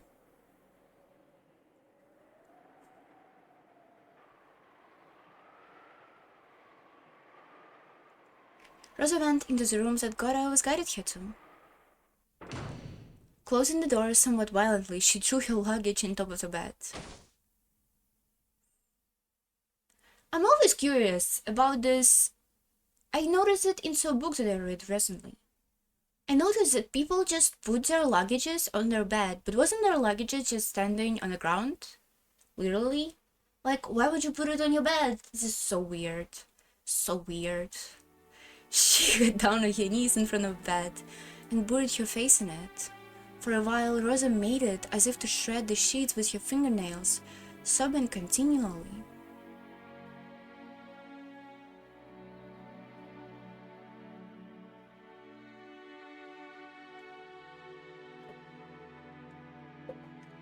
Maria-sama, are you alright? Karan, who had been hiding behind a ticket, appeared after watching Rosa leave. I'm fine. Maria laughed unpleasantly, but to Karan, who had seen the whole thing, it looked like she was enduring as best as she could. She's a horrible person. She is, she really is. I can't believe that was a mother. It can't be helped. Such beautiful things entered with such beautiful vessels. I am just fine. Karan got down on his knees and picked up the crumbled candy. It was tragic just to look at it. He thought about dusting it off and returning it to her, but really couldn't do so with it in that condition. Oh! Is Beatrice's, like, miracle that gonna happen? Is that she gonna resurrect Maria's candy? That would be cool. As he was at a loss what to do, he met eyes with Maria. No, they didn't met. Maria was looking at the candy that Karan had picked up.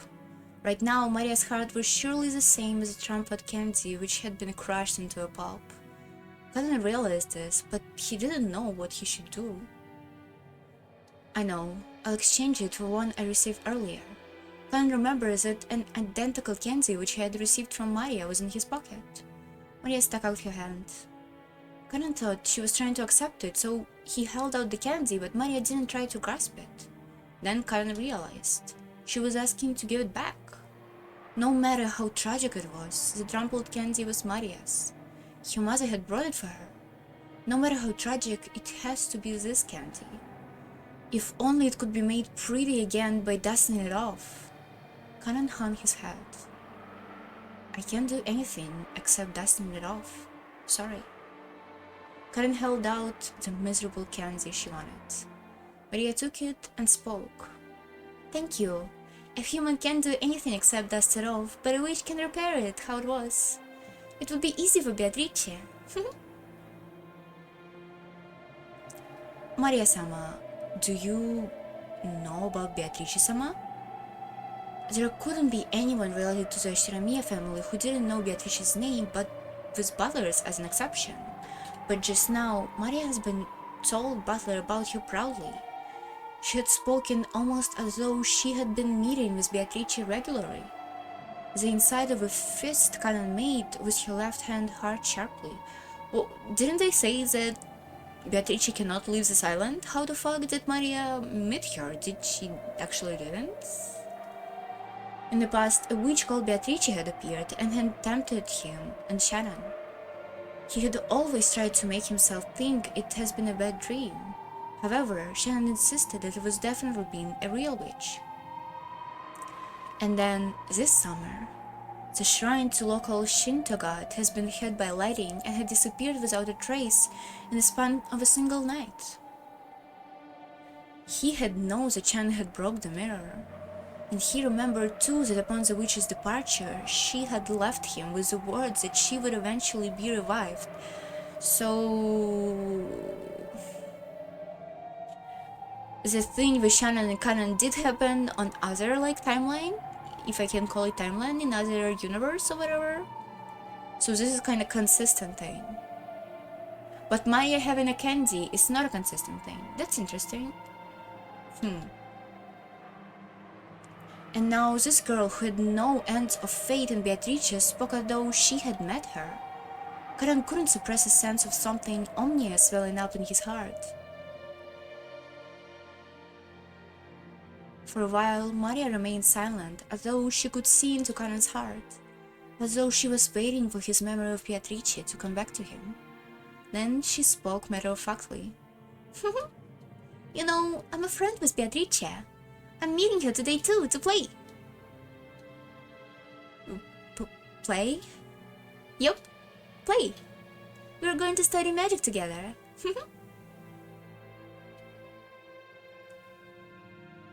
The face of a witch who Canon had tried to pretend was a bad dream began to slowly creep into the back of his mind.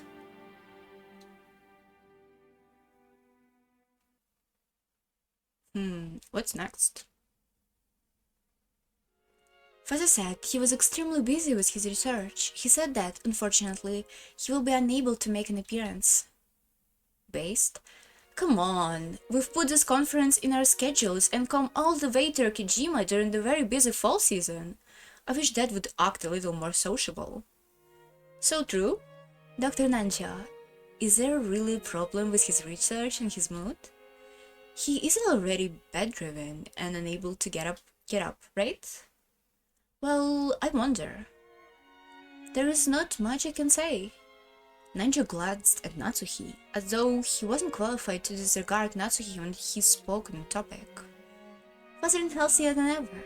Calling him bedridden is a hate of rudeness.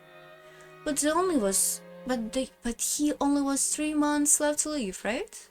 Normally, wouldn't that mean that he'd be wasting away, unable to get out of the bed? Right, Dr. Nanja? For a normal patient, that would probably be the case, but Kinza-san has extraordinary willpower. The force of his will may have even the Grim Reaper too terrified to approach. If he's that energetic, then we can be at least a little reassured, right? Although, if he's that energetic, I wish he'd at least allow us to greet him. Isn't the point of a family conference to come and see Dad's face? Now, I don't know why the hell we came. Don't say that. If we were here, you could complain the whole time while you couldn't relax.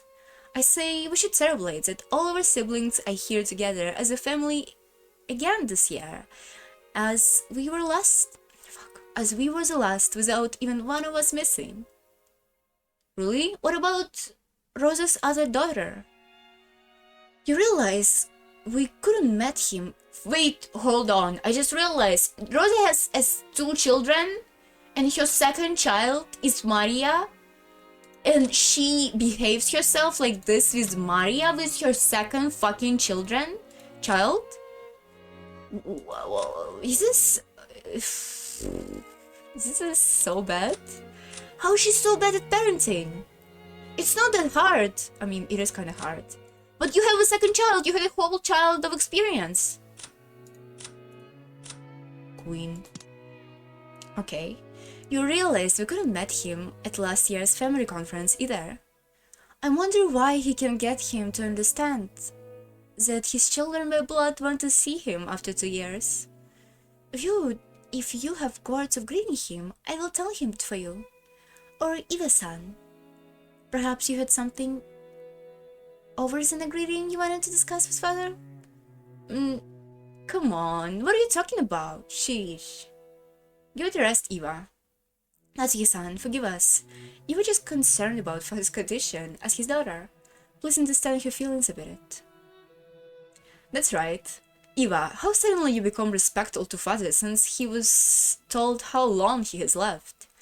Yes, I came just about understand why you might be despised to see him. What exactly are you implying?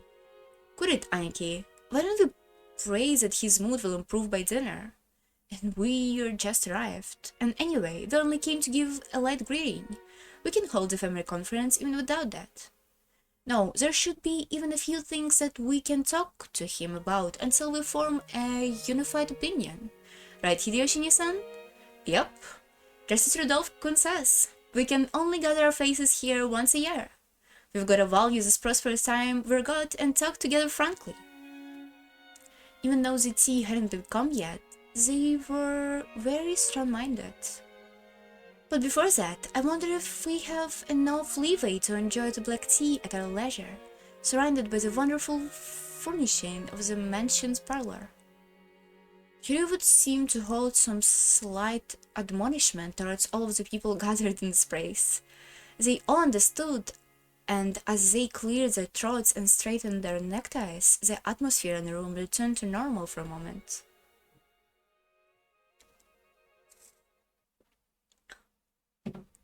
Excuse me, I have brought some tea.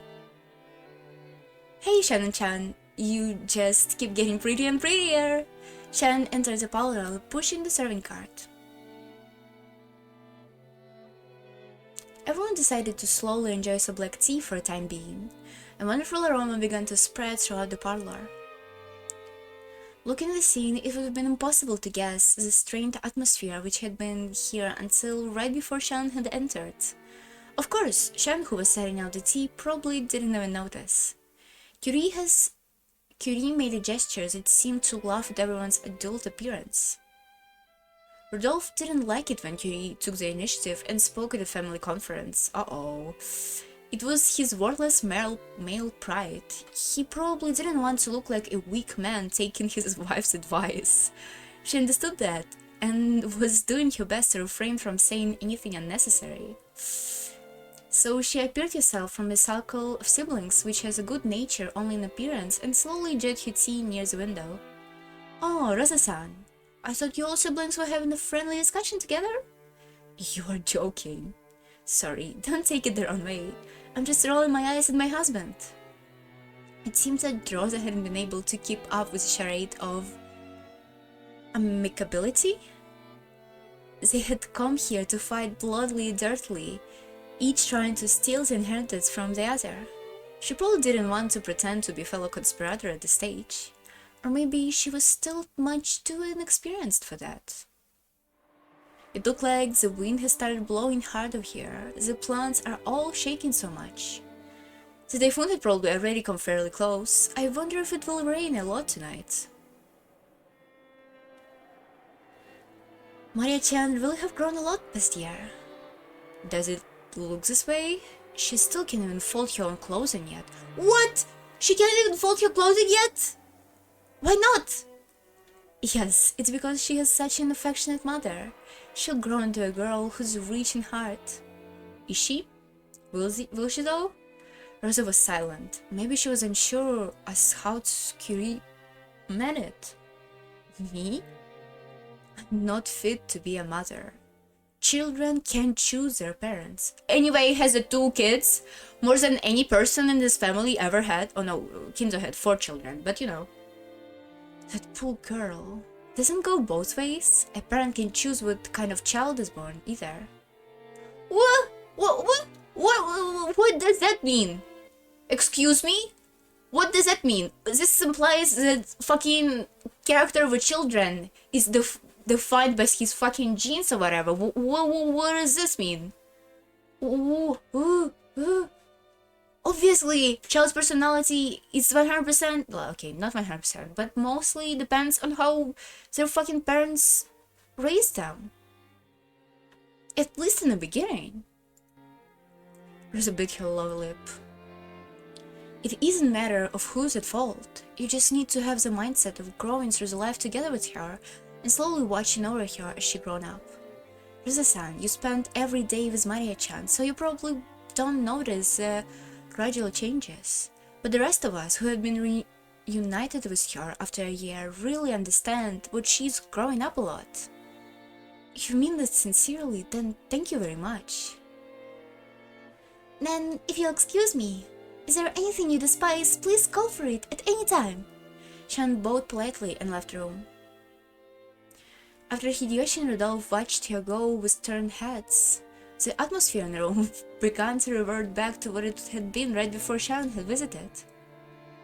If father is unable to be here, that in itself opens the opportunity for some certain topics, right, Rodolphe?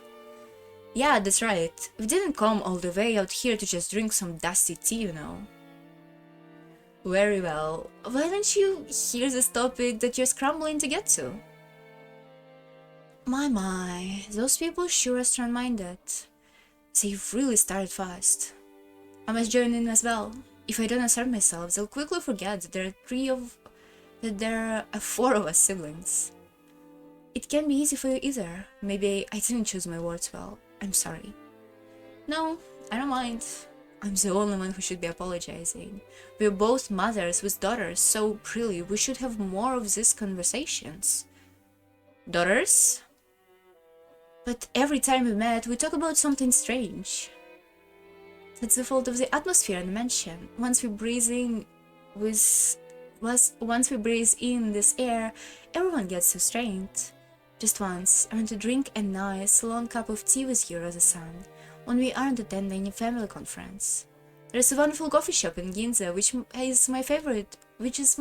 is a favorite of mine. Please let me invite you sometime soon. Thank you, Kiri-san. That sounds good. How horrible. The sky suddenly got dark. It's almost as though the people in this room have made the weather worse. There's already thunder. Oh? Do I see the first sign of rain? Huh? There were really small splashes of rain in the grasses over the parlor window. Oh, Maria is still here? Maria is still outside? It seemed that the weather has gotten worse faster than they had expected. Maria? Just then, a silent thunderbolt struck inside Rosa's head, and she remembered that her beloved child was in the rose garden. Of course you did. A normal girl would think about going to the house if the weather got bad. But Maria was different. She would sometimes become stubborn and wouldn't move no matter whether rain or even spears fell from the sky. Literally me. I do it all the time. Guilty as charged? That's right, I told that kid just stay here doing that forever, didn't I? Oh no! Maria! At this small explanation, everyone turned to look at Rosa. What? What happened? I'm sorry, I'm going outside for a second. I'll be right back. What was that? What's going on with her, seriously? Doesn't matter, she'll be right back. Why don't we just get started with our main topic? Good idea. We can move it out even without Rosa. Let's return to the matter at hand. Rosa dashed from the entrance hall into the rose garden.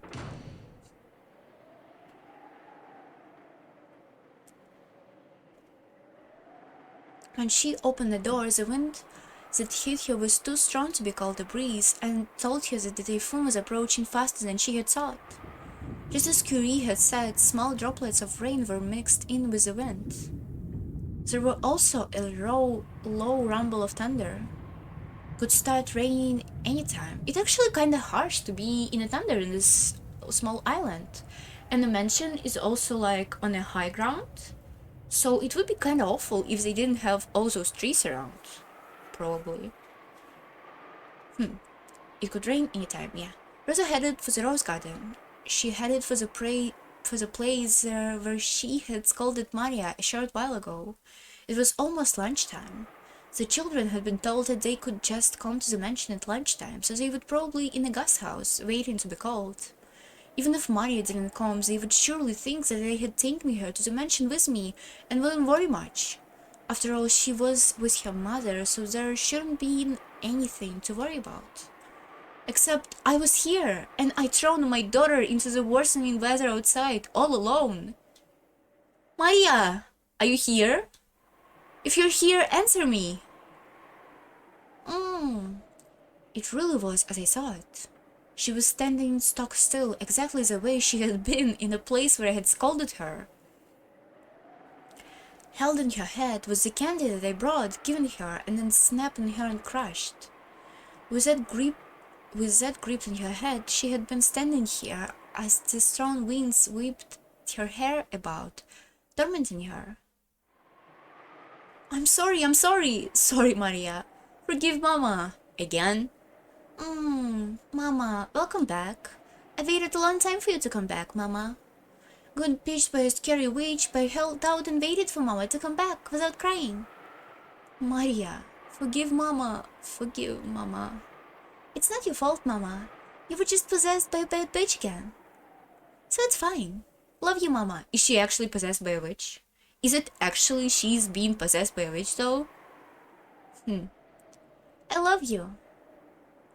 I'm sorry. Mama, lost to the bad witch.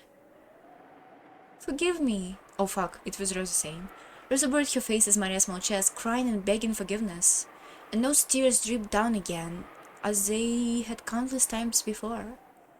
If only the brilliant sun has been shining on two of them, all of their cares would have evaporated, and they would have felt like they could begin anew.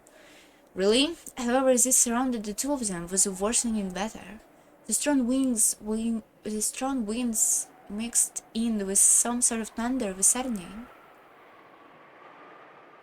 Rosa noticed the sound of Maria's sniffing. If she stood exposed to the wind for long, she would probably catch a cold. So, Maria, it will be lunch very soon. Come back to the mansion with Mama. I'm not coming. Good one. Why? Rosa thought that Maria had already forgiven her, so she never imagined she would refuse. But that expression on Maria's face didn't look like that of a child resigning her mother. So Rosa wasn't able to understand why Maria wanted to stay still in the rose garden pointlessly, as the weather grew even worse. Maria answered this question. It's Beatrice. She'll come really soon. So I'm waiting. Maria. Rosa started to say something, fluttered, and then felt silent. They had just gone to great lengths to make up with each other. She chose her words carefully, trying to get Maria to come with her to the mansion without denying the witch outright. Beatrice is coming? Really? That instead of waiting here, why don't we went in the mansion? If you stay in the wind for too long, you'll catch a cold. She'll come. Beatrice will come. And then she does, I'll give candy to her. I'll do trick-or-treat. I'll give you a jack-o'-lantern marshmallow candy and say Happy Halloween. Maria pulled yet another sweet out of her handbag, moaning, ooh. Rosa was bewildered, not knowing what to do as Maria started being difficult again. Just then there was a sudden and massive roar of thunder. It was probably a sigh. A sign that indicated this island had become closer off by the storms and detached from the common sense and reality. Therefore, as of this moment, all common sense would no doubt be useless. The wind blew even stronger, and in the middle of a blizzard of scattered rose petals, a figure appeared, leaving Rosa momentarily unable to imagine that this was a scene from reality. No, probably it was. It had to be fantastical, because that figure was shaped like... She's here? What is she wearing? Beatrice! Maria dashed over to the figure. Normally, Rosa would scold her daughter if she dashed over to a complete stranger. But Rosa forgot about this, unable to do anything but stand here, shocked. It's been a while. It's been a while. Uh-oh. I don't like this. Can you shut up? Okay, we need to endure the beeping sounds for a little bit. It's been a while. Have you been in a good health? In a good health. Witches don't catch... Witches don't catch... Witches make people catch colds with curses, but how foolish would it be if they caught one themselves? You should focus your energies on ensuring that you do not catch a cold yourself. She patted Maria's head as she said this, smiling roguishly. Is there two Beatrices? One who is a person and one who is a witch? Rosa couldn't have known the name of the woman who had happily spoiling Maria. However, Maria had called to her in the beginning when she saw her appeared. Therefore, even though Rosa had never met her, and even though she hadn't named herself, Rosa was able to learn her name. However, that name held a special meaning under Kojima and in the Ushiramiya family. There is no way something so stupid could... Beatrice! Happy Halloween! Look, brought this! You can have one too! Happy Halloween. Oh, for me you say? Even the single and only light given to a man lost in the darkness of purgatory, unable to go to heaven or hell, looks truly charming when made into a candy like this. Right now, on this island that has been cut off both from world of humans and world of non-humans, there may be no sweet more suitable. Maria, what happened here? The witch noticed the sweet that Maria was gasping. It was Maria's candy, which had been stopped on by Rosa and had taken on a beautiful shape. Stepped on and smashed. Can you return to normal, Beato? Maria deliberately didn't say it was her mother who had stepped in it. However, when the witch saw the candy, for some reason, she looked at Rosa and grinned. A chill went down Rosa's spine, as though she felt that the gaze could see through every part of her. It will be easy. Give it to me. Maria held out the candy gleefully. Rosa could do nothing but watch this unfold, stunned. How could this person gloss over the fact that the candy was beautifully trumped in a way that could satisfy Maria? Maria looked as though she believed that it could be fixed as good as new. There was no way that could be done without real magic. My, it is quite a crash, isn't it? Oops, let me drink some water. Ow!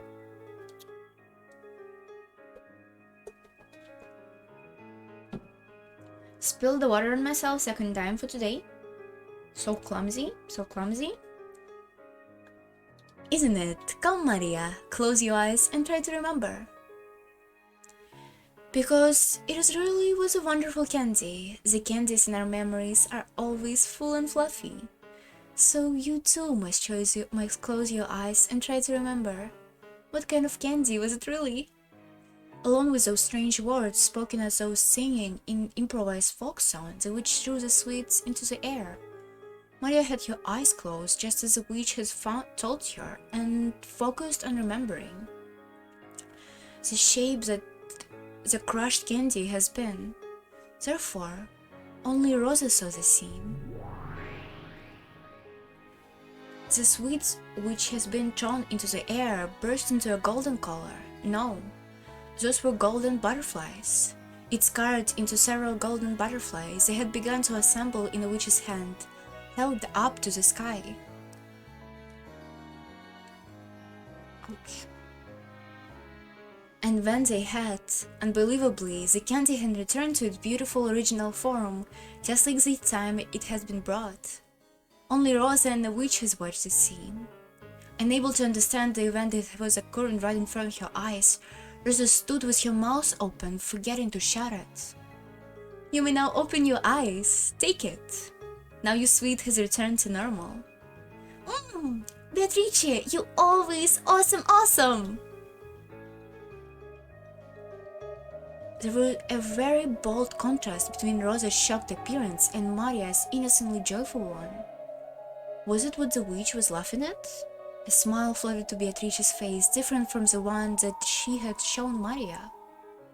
Does my face look familiar? If you stare so fixedly, you must burn a hole through it.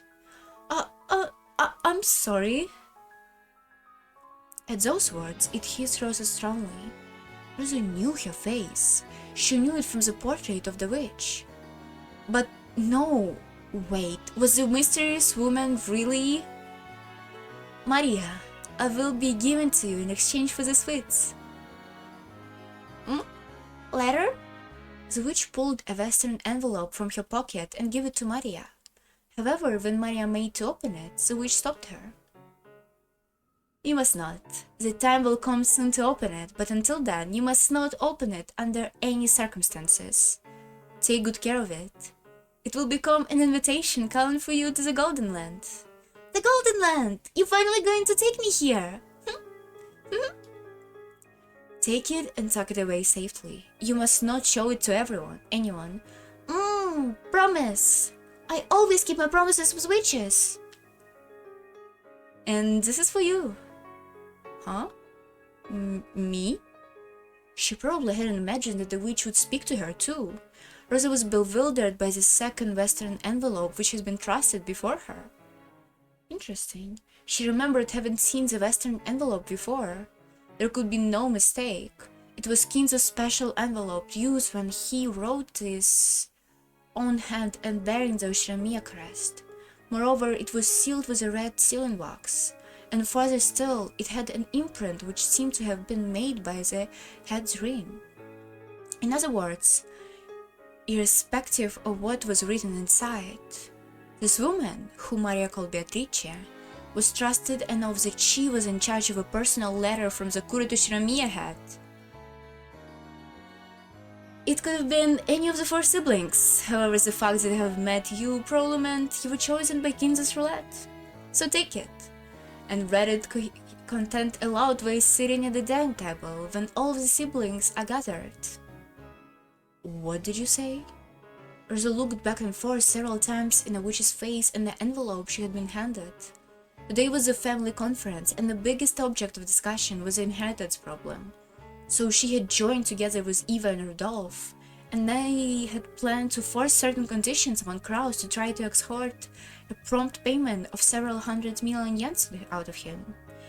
It was as if witch could see through all of that. And when all of the siblings are gathered, what is she planning on announcing to us? With a personal envelope that no one but the Shiramia head can use. Maria, the weather getting worse. Return to the guest house and wait for lunchtime. Well then, Rosa, let us meet later. Allow me to name myself here. The witch turned her back to her, laughing, and headed off towards the mansion with an air of composure. Maria saw her off with an energetic reply and then dashed off towards the guest house, leaving Rosa where she was. Although she didn't want to waste a second in informing the other cousins of her good fortune at meeting the witch, ultimately Rosa has left alone in the rose garden as the wind grew stronger, unable to do anything except pray that what happened here was a daydream. Good song. Okay, so almost the same thing happened as the last time, but now Rosa knows that Beatrice kinda exists in one way or another. When the witch entered the entrance hall, Genji was here. With a respectful bow, Genji welcomed the guest who approached from the entrance hall. We have been awaiting you, Beatrice-sama. It's been a while, Genji. You've gotten old. No matter how old it is, furniture will only carry its bulk like furniture until the end. I remember how his wife used to be jealous of you. What? Is Kinzo well? He's full of life. The witch's laugh was probably because she knew that Kinzo's own doctor had told him that he would not live much longer. However, if anyone actually looked at Kinzo, his energy and vigor, which have made it extremely difficult to imagine that his remaining life really was slim, might make it natural to call him full of life. Maybe the witch had laughed at that.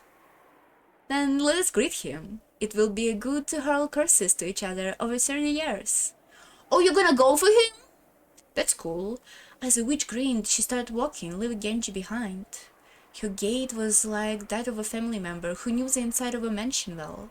Genji followed her, as though he sought her. At the very moment, Kiri came out of the parlor. She had probably come out to fix her makeup or something.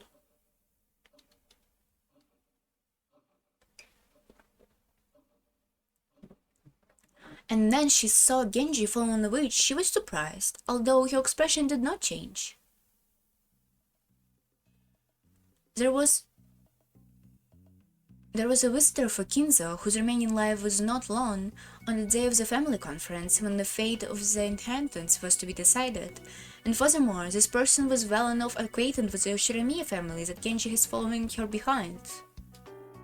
Kiri immediately realized that the person who she never met before was someone deeply important. Kiri met eyes with the witch. Realizing that it would be rude to pretend not to notice, she greeted the witch. Pleased to meet you. Rudolph's second wife? That's correct. That's Kiri-sama, Rudolph-sama's current wife. From this exchange, Kiri realizes this woman is a guest of considerably high rank within the Shiromiya family. And the fact she was a guest of that level, coupled with the face of the entrance hall portrayed behind her, made Kiri's eyes open wide in an instant.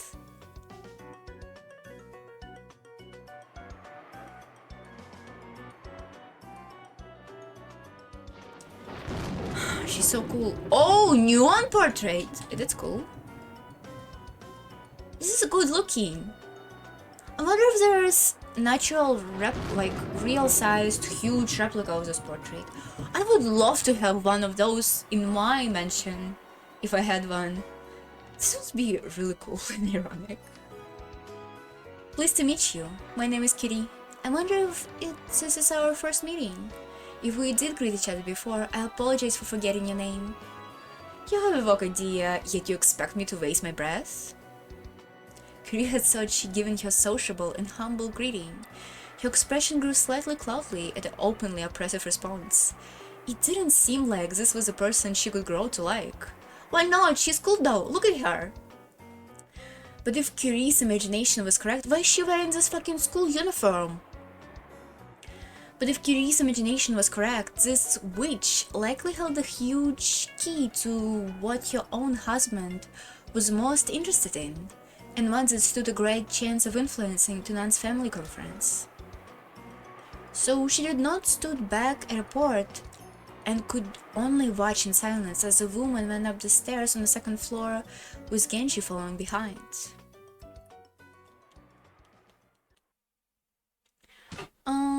So, hold on. Ooh, someone tapped your shoulder from behind. Is Beatrice's new outfit? Yay! What the fuck are you wearing? Is this? Oh, I like this thing. What is it called? The stick that you use? How is it called? Let me Google it real quick.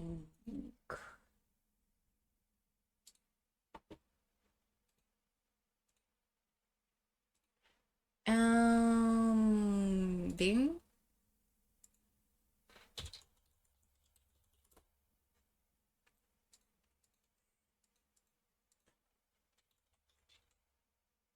Show me. Crane. Cane. Yeah, cane. I like the cane. I like the pipe became a cane. Mysterious visitor, an 18th person who appeared on the day of the family conference, goes by name as the Golden Witch who granted Kinzo his gold. Both the reason and the purpose of her visit are unknown. She was ushered into the VIP room, which no one had been allowed to use in the past. Ooh. New description. I actually kind of like this outfit. It's kind of cute. I love the, striped... How's it called? Stockings? I just like the sleeveless jacket, supposedly, under a jacket. This is not awful outfit, but still kinda meh. So when someone tapped her shoulder from behind, she was so surprised she almost choked. It was Natsuhi. Kiri-san, standing still in a place like this, is something the matter? I'm sorry. I was just a little fascinated by the portrait of a witch. Oh, you snake! You're not gonna tell her? Okay. The Golden Witch Beatrice, was it? Something like the revival of the Shermia family to what it is today would never have been possible without the gold she gave. A fantastical story, very much like father. Natsuki spoke of her in her usual way. She spoke from the position that the idea of a witch was just foolish and that in the end it was nothing more than Kinzo's rambling. However, for some reason, that no longer felt right to Kuri. Right now, she herself had seen the Golden Witch come in from the entrance hall and climb up the stairs. So Natsuki's choice of words seemed almost like refusal to accept her existence, or as if she was leading her to thinking that she did not exist. I'm sorry. I think I'm feeling a bit of a headache. I think I'll rest for a little while. Oh, is that so? Then I have some good headache medicine. Allow me to prepare it for you.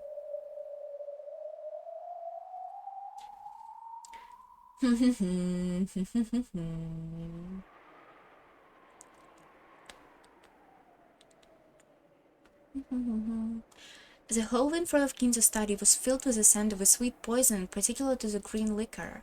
Genji, who was completely used to it, did not grimace. And the Golden Witch didn't grimace either. When was the last time he left this room? I believe it was already been several years. What? That's not true. Was it?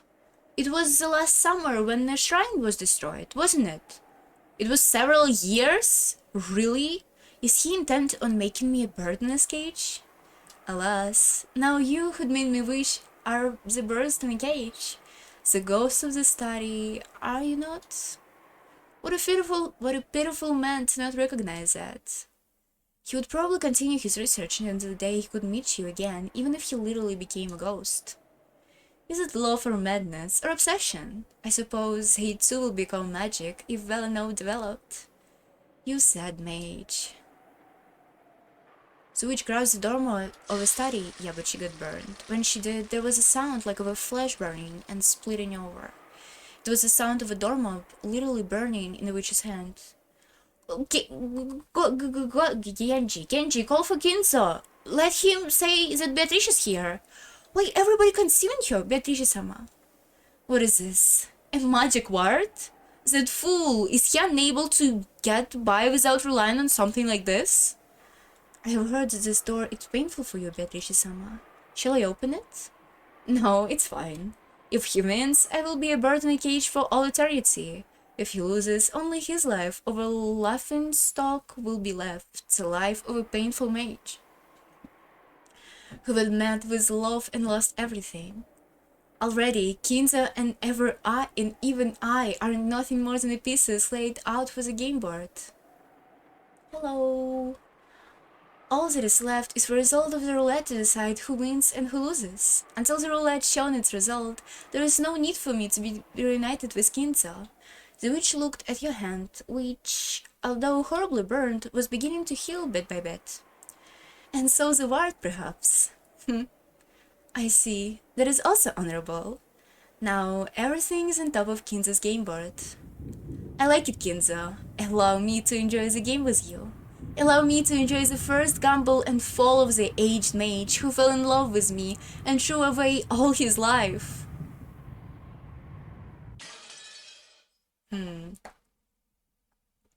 Okay. Nothing new? New chapter? Witch's Move, Saturday, October 4th, 1986, 1300. Who is it? Excuse me, I have brought lunch. Enter. Excuse me. After receiving approval, Karen entered the VIP room, pushing the lunch serving cart. The servants called this room the Witch's VIP room.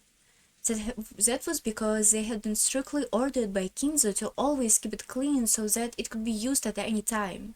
And yet, guests were never allowed into this room, no matter who they were. That's why, at some point, servants had started calling it the witch's VIP room, supposed to be set aside only to welcome the special person Kinza was waiting for, the witch from the portrait. And today, Cousin learned that this was entirely correct.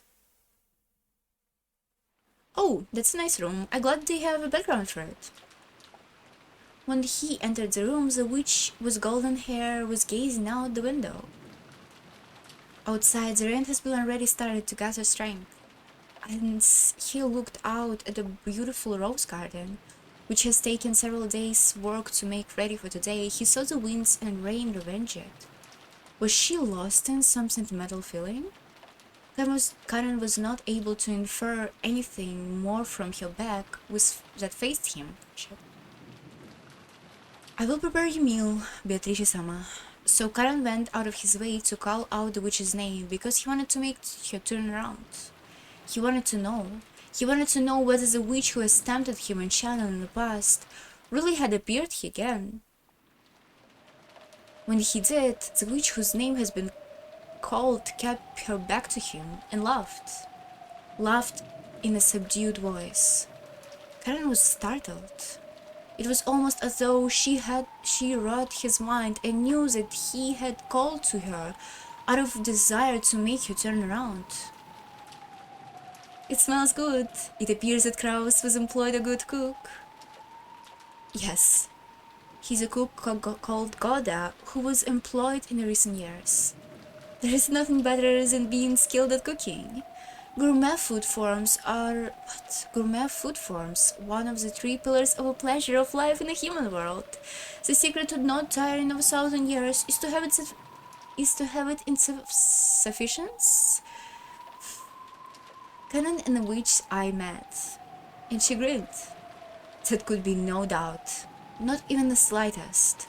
This was without a doubt the witch from the day, Beatrice. The witch that was only once visible only to him, and Sharon now finally had a form, and had arrived openly through the entrance hall as a guest. Beatrice, Sama. It's been a long time, furniture called Canon. It has been a long time. Canon tried not to forget a modicum of courtesy towards the guest. But the dark clouds had begun to enshroud his heart because of the visit of the suspicious witch, and on the day of a family conference at that. It looked to me that you were dying to know my purpose in appearing here. Isn't that so? Karan didn't force himself to answer. That witch probably reads minds, so it would be pointless to go all the trouble of saying it out loud. Of course, even that rebellious spirit of his would be read. So the witch snickered at Kanan's childish resistance.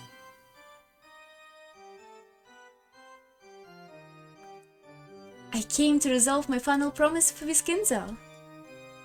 Your final promise with the master?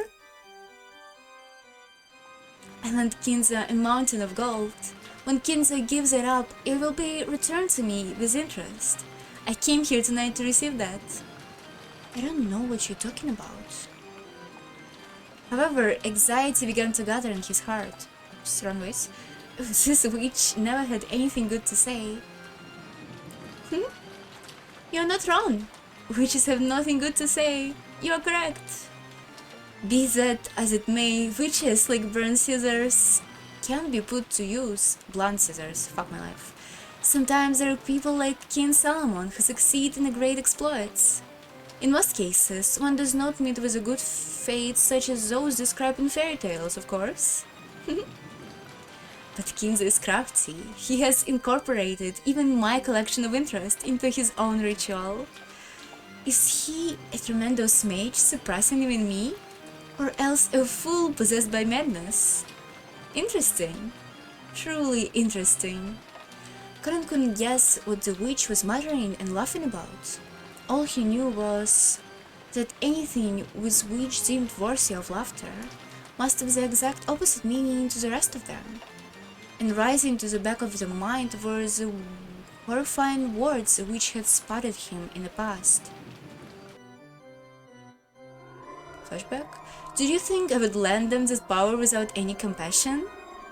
I lend a hand in love, and my compensation shall be one ticket towards the cruel fate that the two of them will eventually meet. Even after 1,000 years, no better shall exist. Same face? Could it be you? Behold the sweet fish river running through my beloved homeworld. You who seek the golden land, following its pauseless stream in search of a key. I love this face on Conan. The witch suddenly began to recite a bizarre poem. It was something he remembered hearing. Could it be the witch epitaph? What's going on? How you been? Ripney. Oh, sorry. I've been good. How are you? I'm sorry, I was reading. There was no doubt. It was the epitaph accompanies a portrait of the witch that had been hung by Kinzo. The relative imagined that it almost certainly pointed to the location of the hidden gold. But no one knew what it meant. That's great that you've been great. Let it stay this way. The witch had suddenly begun reciting the epitaph.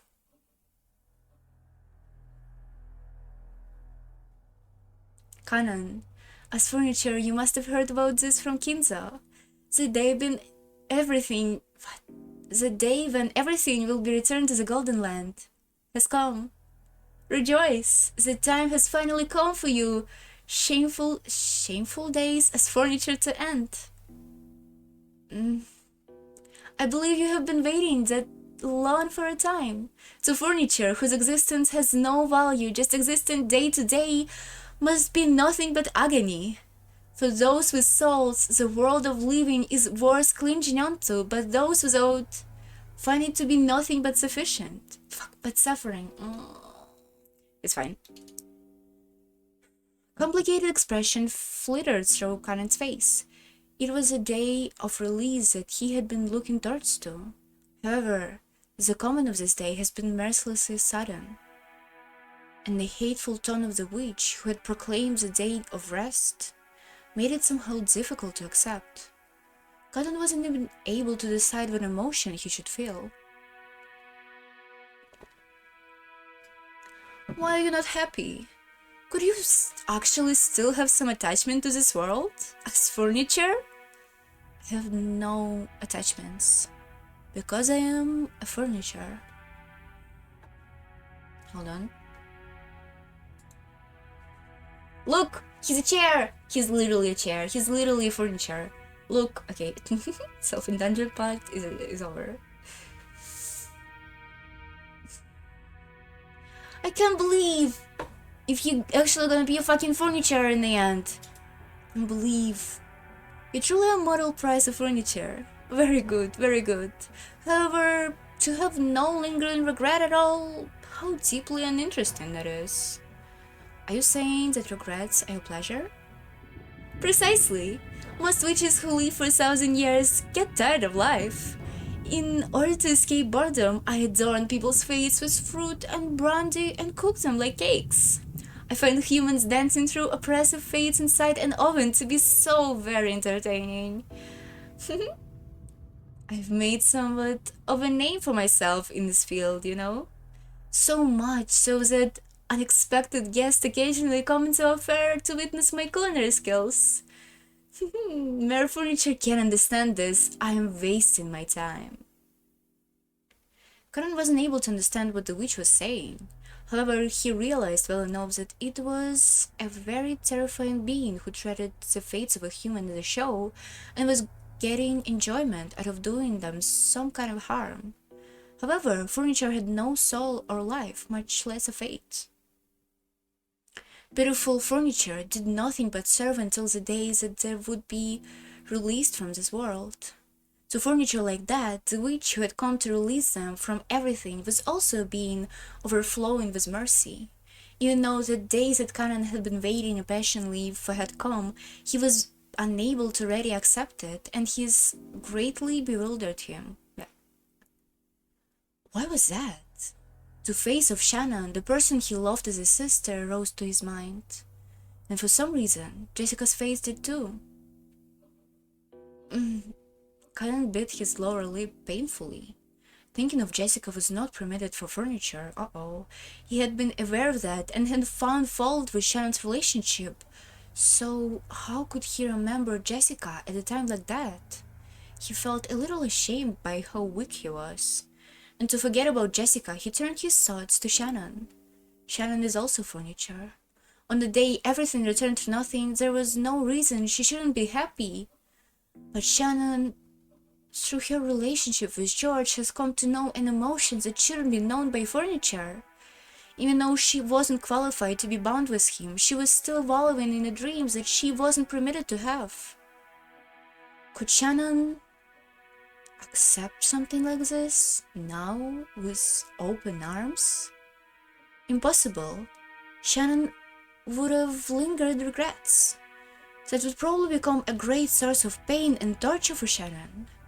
And those regrets had been planted by none other than a witch. Why? Just because it would be more interesting? Shannon should have been waiting patiently for this day, but now she will have emotions she must not know, and will probably have a very hard time forced upon her. I thank you for gifting us furniture the day of our release, and I hate you for making this day difficult for Shannon to accept. I had to make you feel pain from your regrets as well, just like Shannon. However, with stubborn simplicity you continued to remain furniture and never allowed me to lead you on. However, it looked like you loved Shannon too dearly, didn't you? Shannon regrets became your regrets. Will it turn into a hatred for me? It will. If you want to kill me, you can try. At Kinza's furniture, you should have had that much power at least. However, if you kill me, the day of rest for your furniture would not come for all eternity. Could you withstand that? Can you really reject your release by me? Knee. What? Knee and kiss my shoes. Otherwise, I will leave this place. I will go back and never show myself again for all eternity. So, Canon, could you withstand that? If the door to the Golden Land is open, your life as a furniture has been full of hardships will end. If you desire, I will even give you the life as a human. After that, you'll be the one same level as Jessica. Sure you want to know of it, the taste of love. I know, even if you try to hide it, you see? You grew jealous seeing Shannon wallow in a swamp of sweet love. You are sorely tempted to know the taste of love. Stop it! Stop it! Are you trying to lead me on again? I won't be reduced to a toy to please you. Then I will make do with Shannon. You weren't the only scene I thought. There's sometimes those that don't bear fruit. You who laid hand upon the key must journey as follow to the Golden Land. On the first twilight, sacrifice the 6 chosen by the key. On the second twilight, those who remain shall tear apart the 2 who are close. How long you streaming for? Probably for like another hour. Or are you mean... or now? Now I'm streaming for 2.5 hours. Oops. The witch recited the epitaph again. It was so sudden and diverged so strongly from the current topic. However, her challenging smile made it seem almost as though she were using the epitaph as a treat to Canon.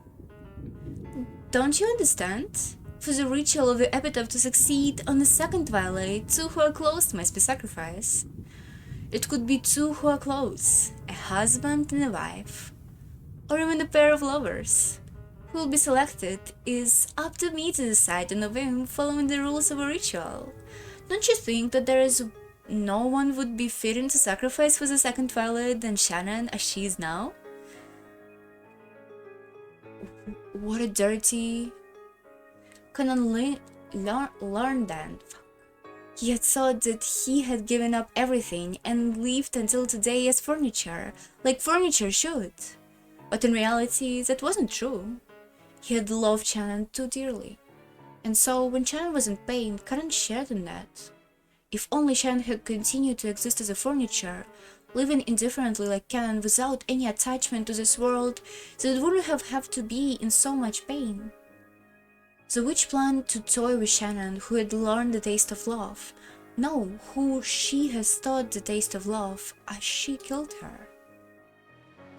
She would not invite you to the Golden Land as a merciful release, but would make you sacrifice for the evil ritual after dealing her the limbs of torture and pain. And this witch would probably actually make Shannon meet this horrible fate for no other reason that it would be interesting for her. Furthermore, she was threatening to do that so that she could make Canon, who hadn't submitted to the witch even once until now, finally surrender. It was that simple.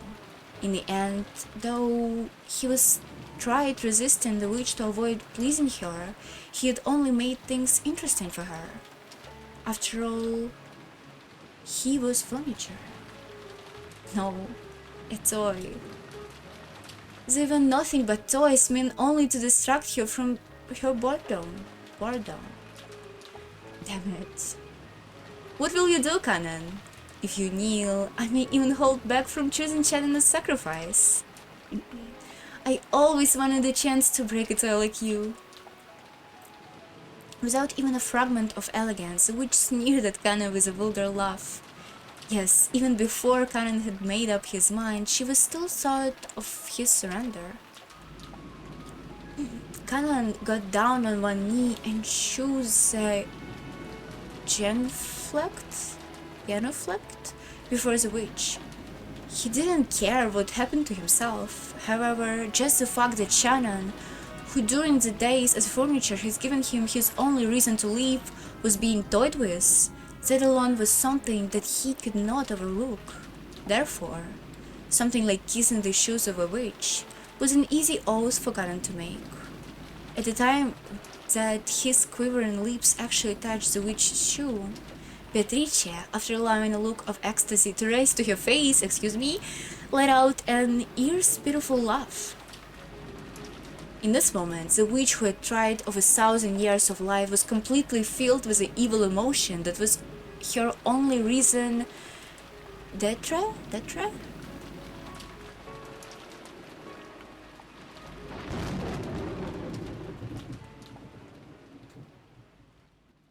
Kinda kinky scene, not gonna lie.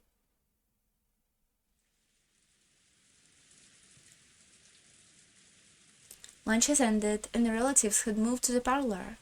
Rosa was brought a high-class brand of black tea from the famous store in Ginza. That had been served, and the inside of the parlor was filled with a very nice aroma.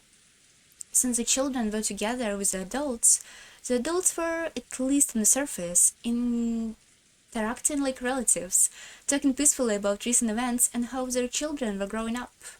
It had started rushing outside, so the children were unable to go out, and had no choice but to sit here like this, watching TV. Like a true TV kid, Maria was watching vapid daytime program one after another without getting bored, and was giggling all to herself. It seems that Butler had joined in at first, deepening his relationship with Maria. But he had gotten up early this morning, and so was gradually attacked by waves of drowsiness. He yawned. Okay, sorry. Let me yawn.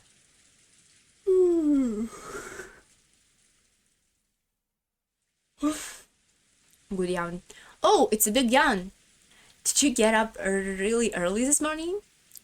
Well, something like that. I started to relax and release all my tension, and then I got sleepy while I was listening to the sound of the rain. Tension? You go around making yourself the center of attention, and now you're saying you were tense? That's me, I guess.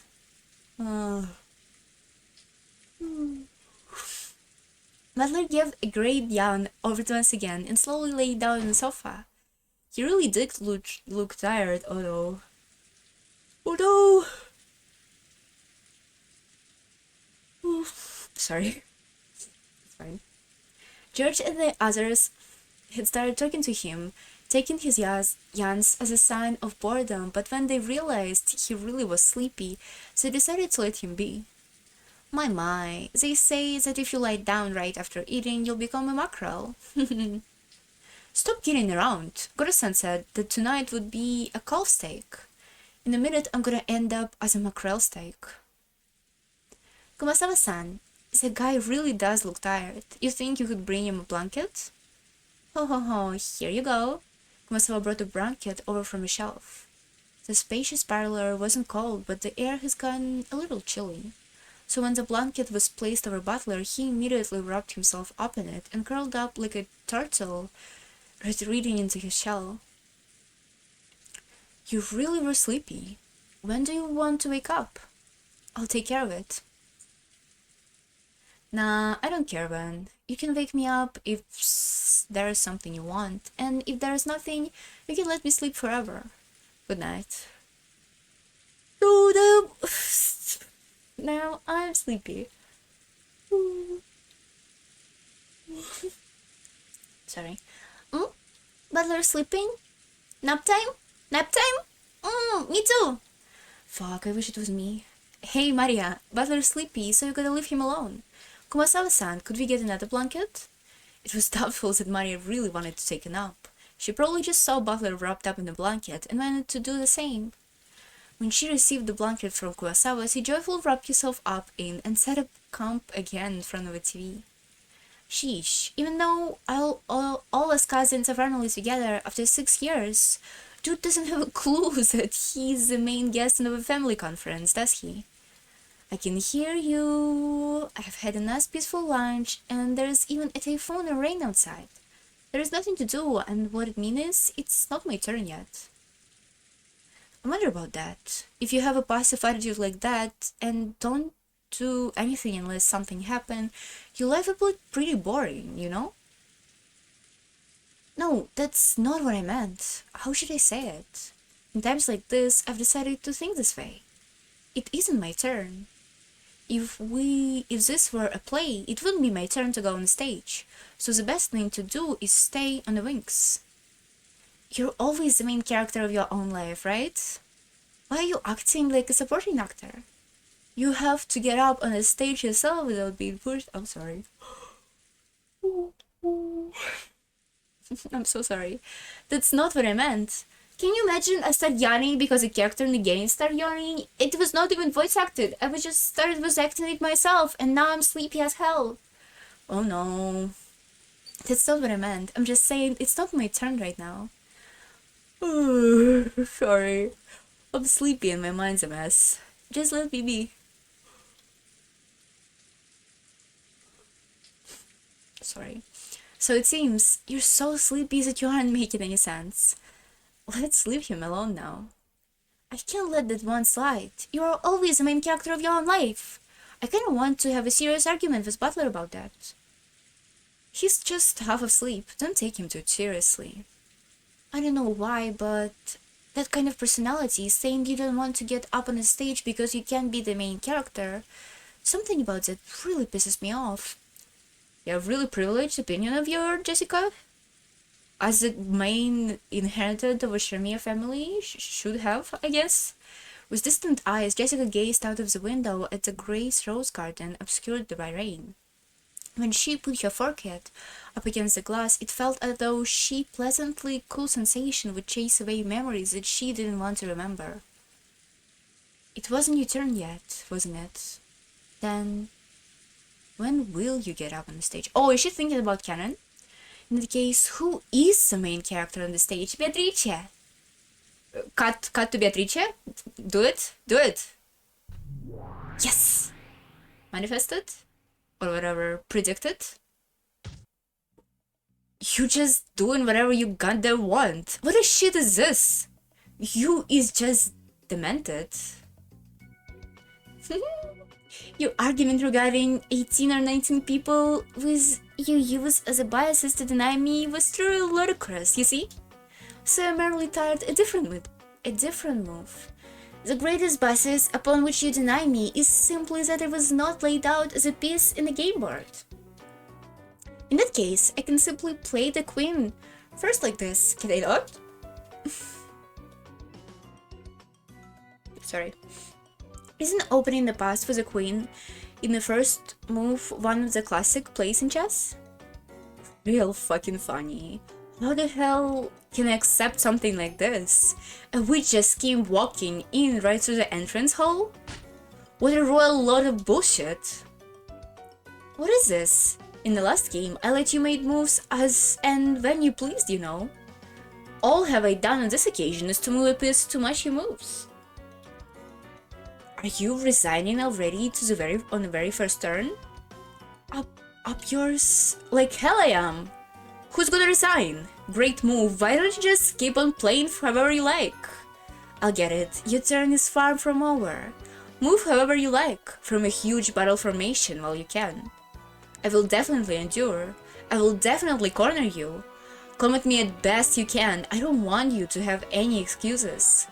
This much isn't even close enough to make me accept something like a witch. That's right, just now, you thought you fixed Maria's candy with magic, but you might have actually had another one of the same candy hidden in your pocket and switched them with some fancy showmanship, making it only look like you had fixed it with magic. Yeah, that's right, that has to be it. And it's no good, it's no goddamn good. Uh-huh. Rosa saw the moment when the candy split into butterflies, did she not? Whatever, I don't care. There was a hallucination or a trick, or otherwise, she just saw it wrong. It isn't a big problem. So you drawn it apart, you can explain this rival? I see. Is that your move in response to mine? You dug your own grave, Shiramiya Butler. I kinda don't see a lot of grounds that Butler can have here in this debate, or whatever was he doing? Chess game? Whatever. It still isn't your turn yet. Allow me to continue my move for a little longer. It has barely begun, the turn of the witch.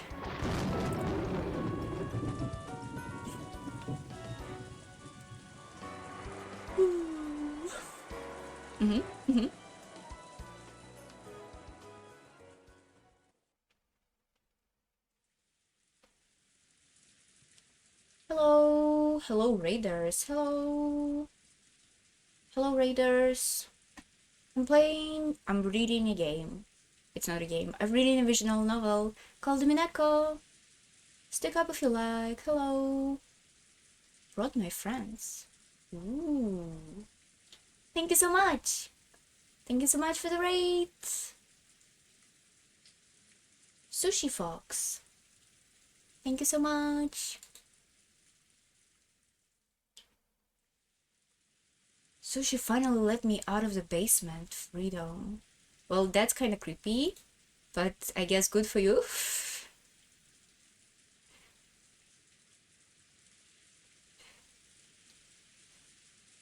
When they started hearing Butler snores.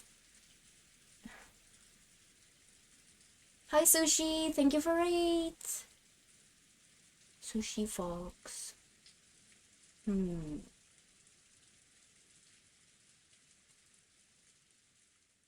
Okay, sorry. I'm reading now. When they started hearing Butler snores, the relatives went their separate ways, leaving the parlor and letting Butler sleep in silence.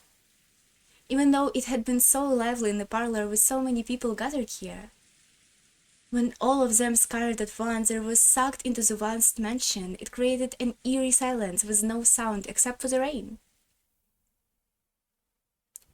Meowty.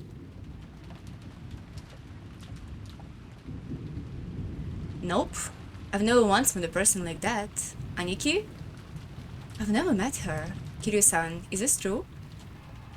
Even I only greeted her quickly when she came out into the entrance hall. She looked like she was a little over 20. I told her my name, but she didn't even tell me hers. She was being guided by Genji-san, and I saw her go up to the second floor. So it'd probably be faster to find Genji-san and hear the story from him directly. Still, what a strange turn of affairs. The mystery woman has spoken to Kiri. I love your little model, thank you so much. I made it myself. I'm gonna say it every time somebody gonna tell me about my model. The mystery woman has spoken to Curie. Without naming herself, she had sneered that Curie already had a vague idea of who she was, and the person that brought to mind was her look-alike, the witch of a portrait. It's a different portrait! That's interesting. Was she trying to say that she's the witch of a portrait? That's what I understood That's what I understood her to be laughing at. Even though it was our first meeting, she spoke as though she knew I'm your second wife. Aniki, you really don't know someone like that? Stop asking me that. I have never seen a blonde woman like that go in and out of this mansion. None of that matters. The problem is that which happens if this woman starts calling herself Beatrice, if she starts calling herself the manager of father's assets. Or maybe she plans to help herself, his mistress' daughter, and demand a portion of his inheritance. Either way, the outrageous joker has been slipped under the deck. Did Nissan call her? Or did father? This is bad. We've been thinking that if we did a good enough job cornering Anarchy in our decision, we might be able to work things out. But this takes us back to square one. I don't know what kind of scheme you've been plotting when I'm not around, baby. But it looks like we've been given a little time to form counter-strategy. Yeah, thinking about what would have happened if Miss Blondie had suddenly appeared at the diner table and scared the shit out of us, we should be glad we are at least have been given a little time to discuss a counter-strategy. There's only so many counter-strategies we can use if we don't know what she came to do. What could she be after? Isn't it obvious? It's so calm that she's right. It is to claim that she's rightful heir to the father's inheritance. Father is still captivated by Beatrice. If the two of them had a daughter, he'd be bound to say he was to hand her all of his assets. She might even trust some strange will before us. Sure, if we took it to count, we might be able to claim a quarter half of it. But we probably won't be able to split the inheritance until that was resolved. That's a problem. For me and for Adolphe. And of course for us too, right? Where's Rosa? For all our various situation, we need a large sum of money urgently. It's our biggest weak point. Then, what is he after? Curie, can you tell? It's the first time I've heard of it, but one of the premises here is that we have an urgent need for a large sum of money, right? Curie-san, when you're on offensive in a man's business, that's the time you need finding. Please understand that. What's this, Rodolphe? You hadn't told Curie-san about it? Sorry, I wasn't really hiding it. The truth is, we've been having a bit of a... It's alright. You decided it wasn't necessary to tell me about it. Why is everybody lying to their wives about something? Stop doing this! It's literally not beneficial for you in the long term. So I won't press you about it here. What's more important is finding out what the Golden Witch is after, right? Yes, putting together everything we've said, can you see what moves the enemy will make against us?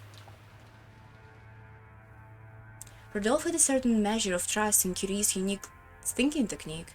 Chessboard thinking, uh-oh. Of course, it didn't give him any more peace of mind than fortune-telling, but every time Rodolphe was concocting some important strategy, he would give a great deal of thought to Curie's advice. For a while, Curie pressed her finger against her forehead, considering. Judging by the fact that your coming here was kept hidden until today, one of your goals is some kind of surprise that she wanted to give us. We can't know whether that has something to do with the assets or being recognized as a relative.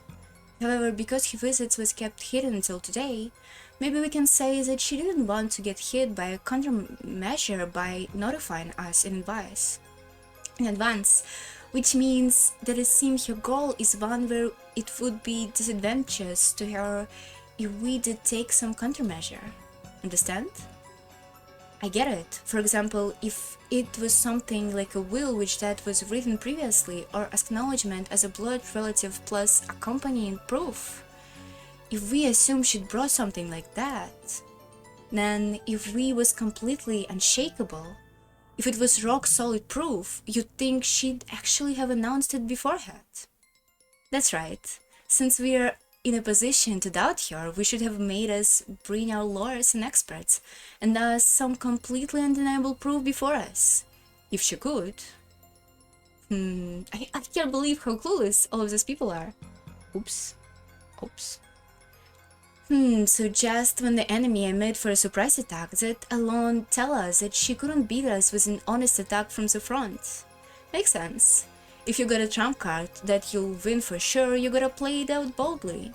Playing it in a roundabout way, the odds are you going to tarnish its impact. To skip the conclusion, we should probably expect some huge surprise will be thrust in front of us. Something related either directly to it, indirectly to the inheritance problems that everyone is so infatuated with. The other party is probably under the impression that they will be able to overpower us with the impact of this alone. However, even if this carries a significant impact, it is not absolute. In other words, we have enough leeway to take advantage of this. You've really got brains! Even understanding just this much is really reassuring. So you're telling us not to get sucked onto the opponent's space. In the end, it's an extremely simple conclusion. No matter what the opponent brings up, interact calmly without panicking. That's negotiation 101. I really can't call it predicting our opponent's thoughts. Come on, just like usual, that was pretty good. Now that we know that we have a little leeway to attack, it gives us a little more room to relax. What we don't know is how she's connected to Kraus-Nissan. Is it a surprise for Kraus-Nissan too, or was the person who called her here none other than Kraus-Nissan himself? Oh, Kraus is not here, nor Kraus nor Natsuki, so just middle siblings, not Rosa? Why Rosa is not here? If it's the latter, it might make things very troublesome. Yes, secretly calling a mystery woman on the day of a family conference, that detestable style somehow feels like Nessan.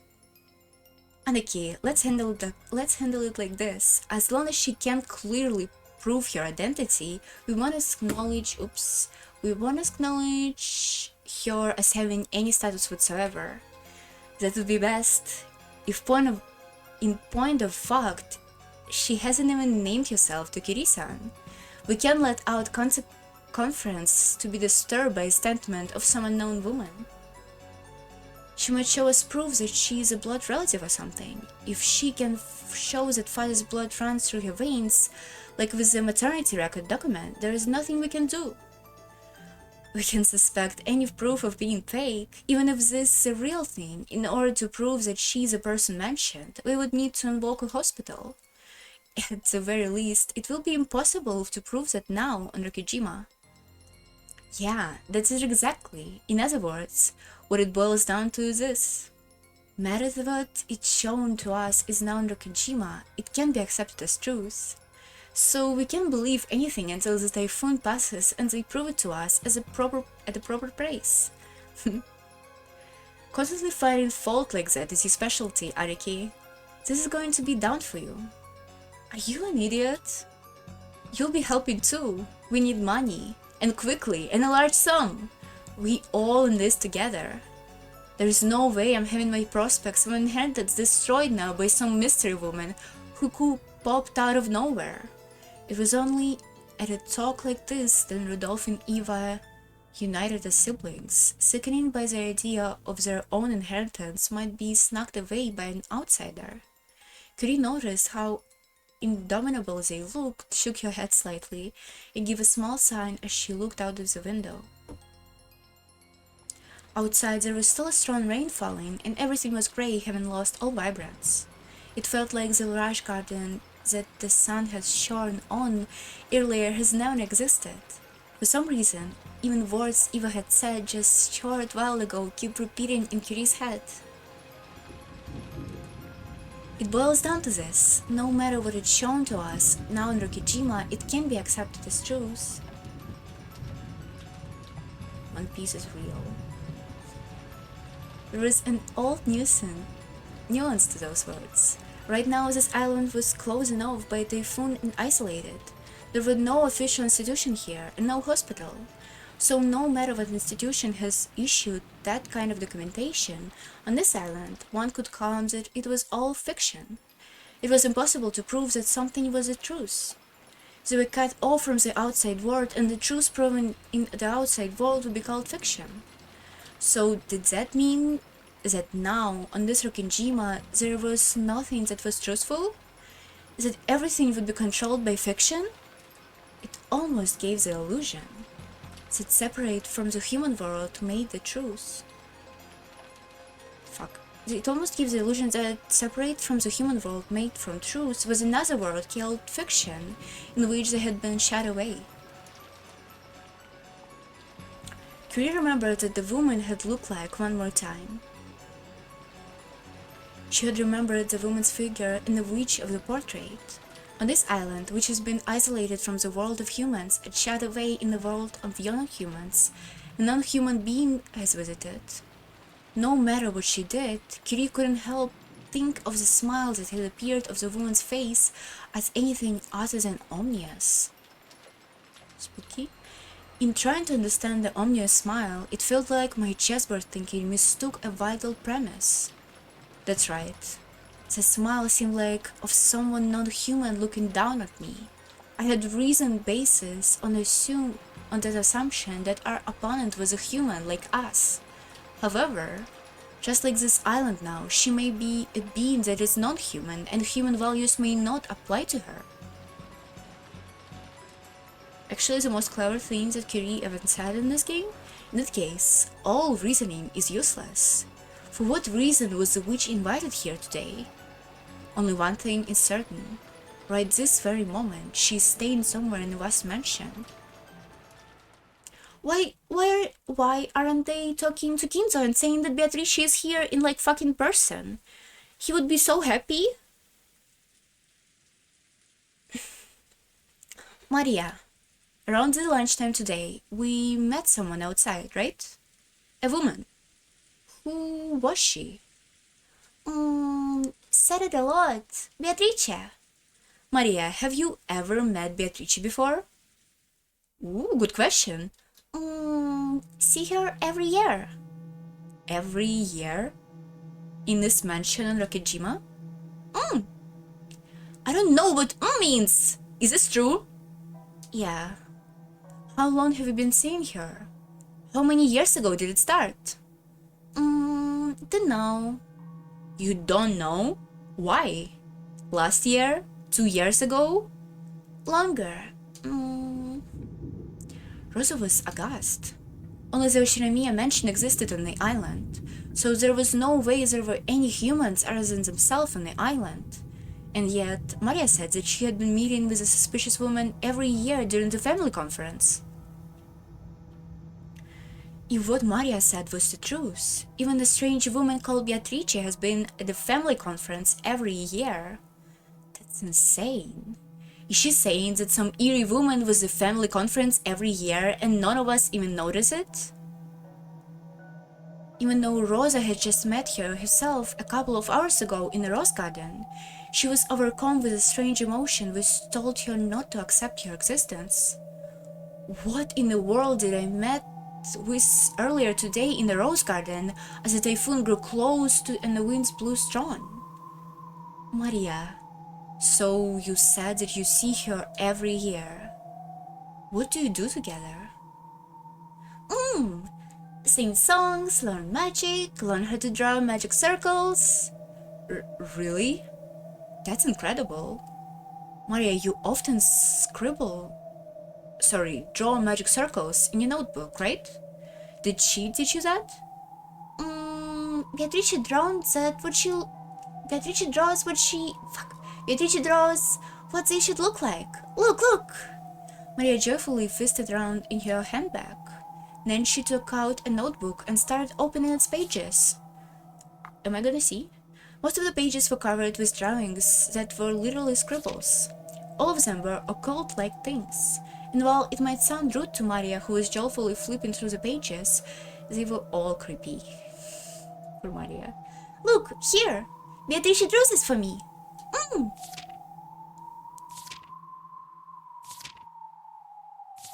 Mm. On each page Maria opened to, there was another eerie magic circle that had been drawn. Furthermore, at a glance, Rosa realized that Maria hadn't drawn them. The strength of a stroke, the thickness of lines, how clean the shape was. This by itself wasn't enough to guess the background of a person who had drawn it. But it was enough for Rosa to understand that it was definitely someone older than Maria. Rosa had to accept it now. There really was a person in Rikujima who she hadn't even known existed, and this person has been playing with Maria during the family conference every year. Maria, does this bitch Beatrice lives here? Or does she live outside the island like us? Beatrice is a witch of Rikujima, so she lives on the island. So you're saying that she's on the island even when it isn't the family conference, right? I don't know what means. Well? Yeah. Oh my gosh. Oh my gosh. I can't believe it. I can't believe it. How long has this unknown witch been living on the island? I used to live on this island. I live on this island passing the time in a mansion, in a rose garden. And even so, I never encountered a witch like that. Never, I think.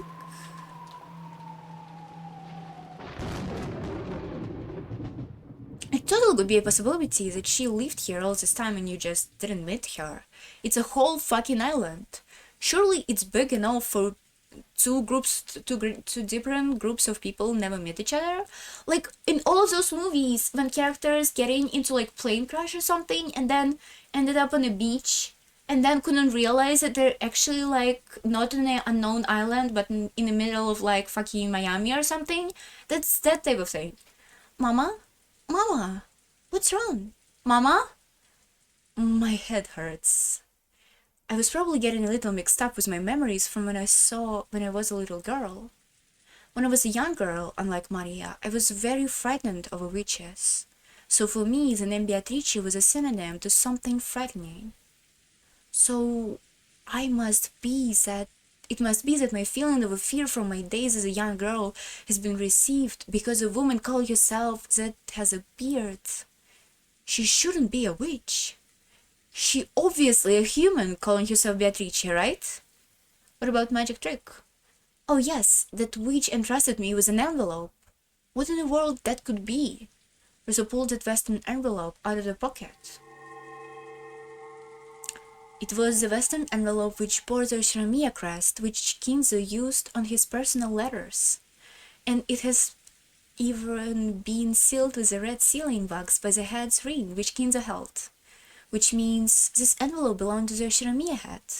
In other words, it was from father. Why was a woman calling herself Beatrice holding it, and why did she give it to me? That's right. I'm sure she said to read this aloud at dinner. What in the world could she read inside? Anxiety gripped Rosa. As if opening this envelope might release some kind of monumental disaster. However, at the same time, a little curiosity sprouted up. Wasn't her to want to find out what was written inside before the other siblings? Yes, that's what I would do. Using common sense, one could guess that a huge decision somehow related to father's inheritance was probably written inside. Actually, since he had given it to a woman calling herself Beatrice, there was no way that wasn't related. Did this mean that he wanted the inheritance split not between 4, but between 5, including her? I need a large sum of money, and I can't wait long. I do feel like a sinful daughter for discussing the distribution of father's inheritance while he's still alive. However, I'm no longer at a stage where I can afford to keep everything pretty. And I'm even consulting with Rudolf Nissan and Ivan Nissan in order to get some money out of Kraus Nissan. With myself in this situation, I can't help but sense something ominous in the appearance of a witch. What could be written in here? I'm sure there must be something frightening written. Shall I first read it secretly myself? You're so close to affiliate. Am I? Oh my god, how close am I? I'm not ready to be affiliate, to be fair. Because I need to like draw emotes and shit. I don't have time for this. Really? How close am I to affiliate? Can you tell me? I'm not having my stream opened anywhere. The witch has requested to be done at the dining table when everyone was gathered. However, in this case, couldn't she just read it out loud at the dinner table herself? 44 followers? Holy shit, thank you very much for everybody who followed today. Thank you very much. I really appreciate it. That's awesome. That's really nice. I'm really happy, but I'm still not ready to be an affiliate. Why is some mosquitoes flying around here? Well, I think of something. That's so cool. The witch has requested it done at the dining table when everyone was gathered. However, in that case, couldn't she just read it out loud at the dinner table herself? When I started streaming, I hit affiliate kind of fast, and my best advice is to network, go watch others. Chat with others, hang out, and mention your stream. Ooh. That's something I could do. That's actually great advice. That's one of the advices that you kind of hear sometimes, and you think, what a great advice. But I don't have many viewers. Usually, I do have like 121 followers as of last night. Ooh, you're cool. That's a great advice that I unfortunately probably can follow because I don't actually have much time to do this on. And I'm kind of busy with doing a lot of projects and working my normal job. Also, you get good friends when you network. Yeah, so for a lot of people, I mean, not a lot of people. Some people that rated me were awesome and really nice and really cool. And even like VTuber community is so cool. I'm literally at work right now. I do what? I do 24, 36-hour shifts? Holy fuck! Well, take good care of yourself. That sounds kinda illegal, to be fair, to have that long of shifts, but maybe, you know. Take care of yourself. Holy shit. That's not as nearly as much as I work. That's for sure. The witch had requested it to be done with the dining table when everyone was gathered. However, in this case, couldn't she just read it out loud at the dinner table herself? I don't VTuber in my channel, but I use a PNG when I talk in other streams. Ooh. I wanna make a PNG tuber too. I wanted to be teamed at this game, but I don't actually have time to do this too, unfortunately. But this game is long, so I can do it in a longer turn. I always hear that it sounds illegal. Lol. I work at the AMT. I don't know what AMT is, I'm sorry. So we have a kitchen and bunk and etc. What's EMT?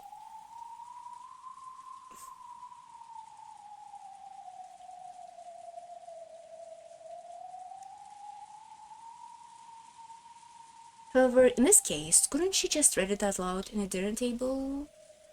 So on the ambulance, I'm in a paramedic class right now. Holy shit! You should be smart then! Whoa! I'm so honored to the person like this watching me. Thank you so much. Couldn't she just read it out loud at the dinner table himself? Why did she go to all the trouble of entrusting it to me? Did it mean basically that it didn't matter whether I secretly read it beforehand?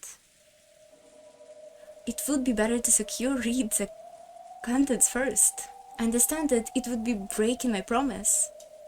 But this is no longer the time to keep things pretty. It would probably be good to discuss it with XII and Rudolf Nissan, depending on the contents. Where are you from? If you're compensating, I know some areas where only paramedics but have 3 levels of providers in the US. Also, your accent is adorable. Oh, thank you so much.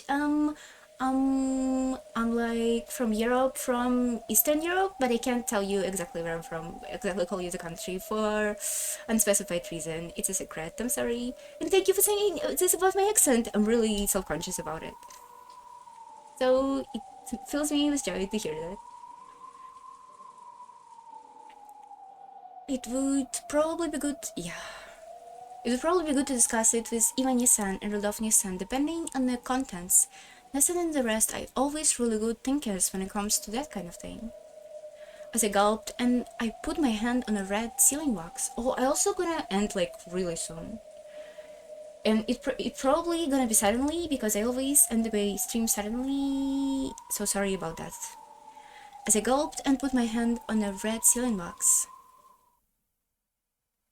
Something suddenly pulled on my sleeve and I let out a small shriek. I was gonna say maybe here, France, European area, I'm gonna lurk so I can do some work stuff, but I'll be here. Raid out too, good for networking. Oh shit, I actually can't do this. I actually don't understand how to do this, but maybe... I'll see what I can do. A little bit later, okay? What? Maria, don't scare me like that. What? No. Huh? Maria was making the same ominous expression Rosa had seen in the witch, sending a tingle up her spine. Beatrice told you to read this letter during dinner, Mama. You can't break a promise with a witch. Oh no, she's in her creepy mode. That's not it. I just wanted to look at the envelope for a second. I'll keep my promise. After all, Mama always tell you to keep your promises. Of course Mama will keep your promise. Yup, Mama is a good girl. The love. It isn't cute, so stop it. Come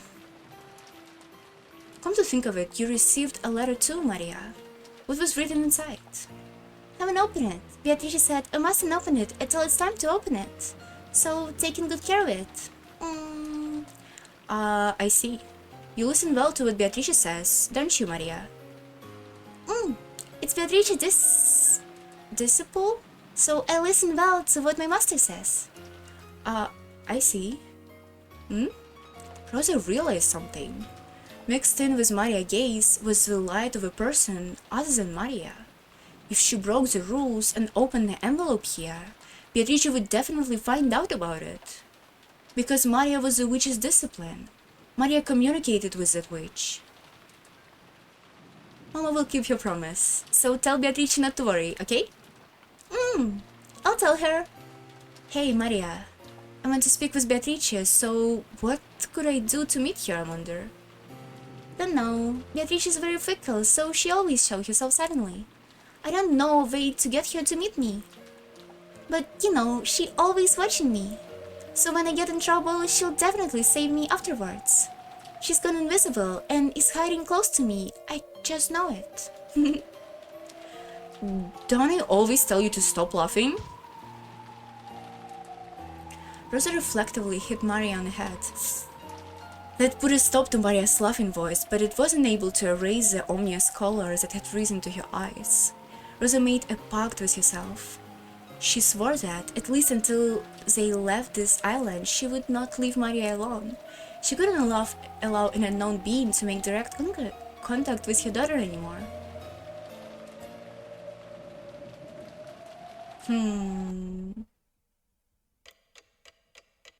This is the end of a chapter, definitely. Should I try and find out, is good place to end?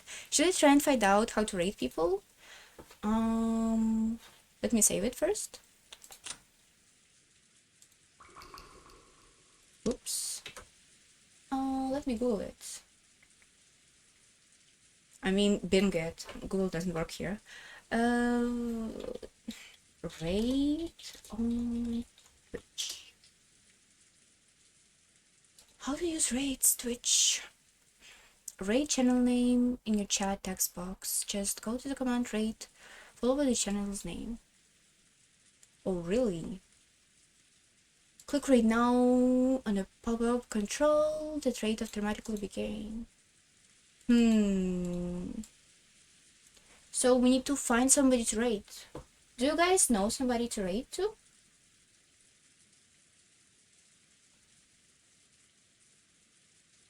I'm not even logged in my account here. Holy fuck.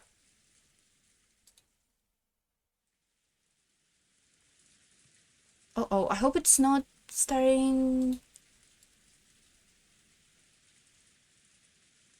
Russian. Ew. Where is this here? French, Italian. Why is everybody...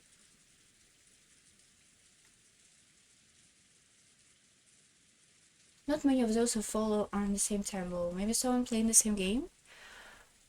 I'm trying to find somebody. Hold on. Umineko. Freak. Umineko. Is there even somebody playing it? Except for me? 18 viewers? Excuse me? Why am I... Umineko. EU. Fates. Who's this person? Umineko. ABO. What? Rosa. Umineko was a doggy who... And looked like he was having a great time. Oops. Oops. Should we raid this person? Why not? Let's do it.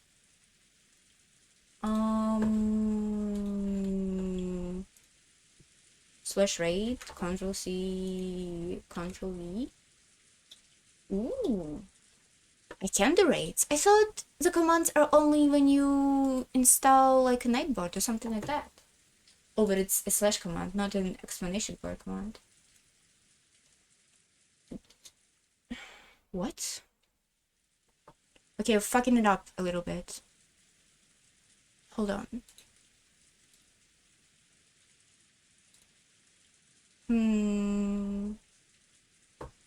Yeah, I'm looking at it, but it doesn't look like it's gonna work for some reason. It says I type a name of a person and it says yeah, I've used in raid and I'm using raid and then I wrote a name. There are no username. No, yeah. I'm doing this and it's not working. It says something in Latin language that I can't translate in English. It says it can find a person, basically. Okay, let me try it. Unknown command. Okay, good.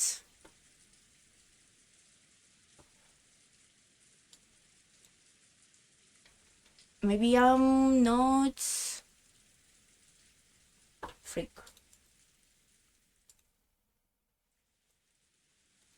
Should I do it with a spacebar? Is this supposed to be a space between raid and the name of a person? But then it doesn't look like a command is popping out here. I can try.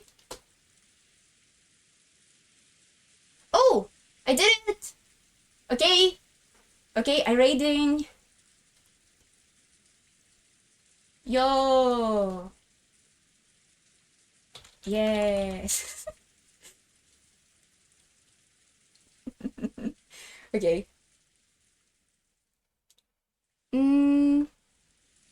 Okay, so I'm raiding this person.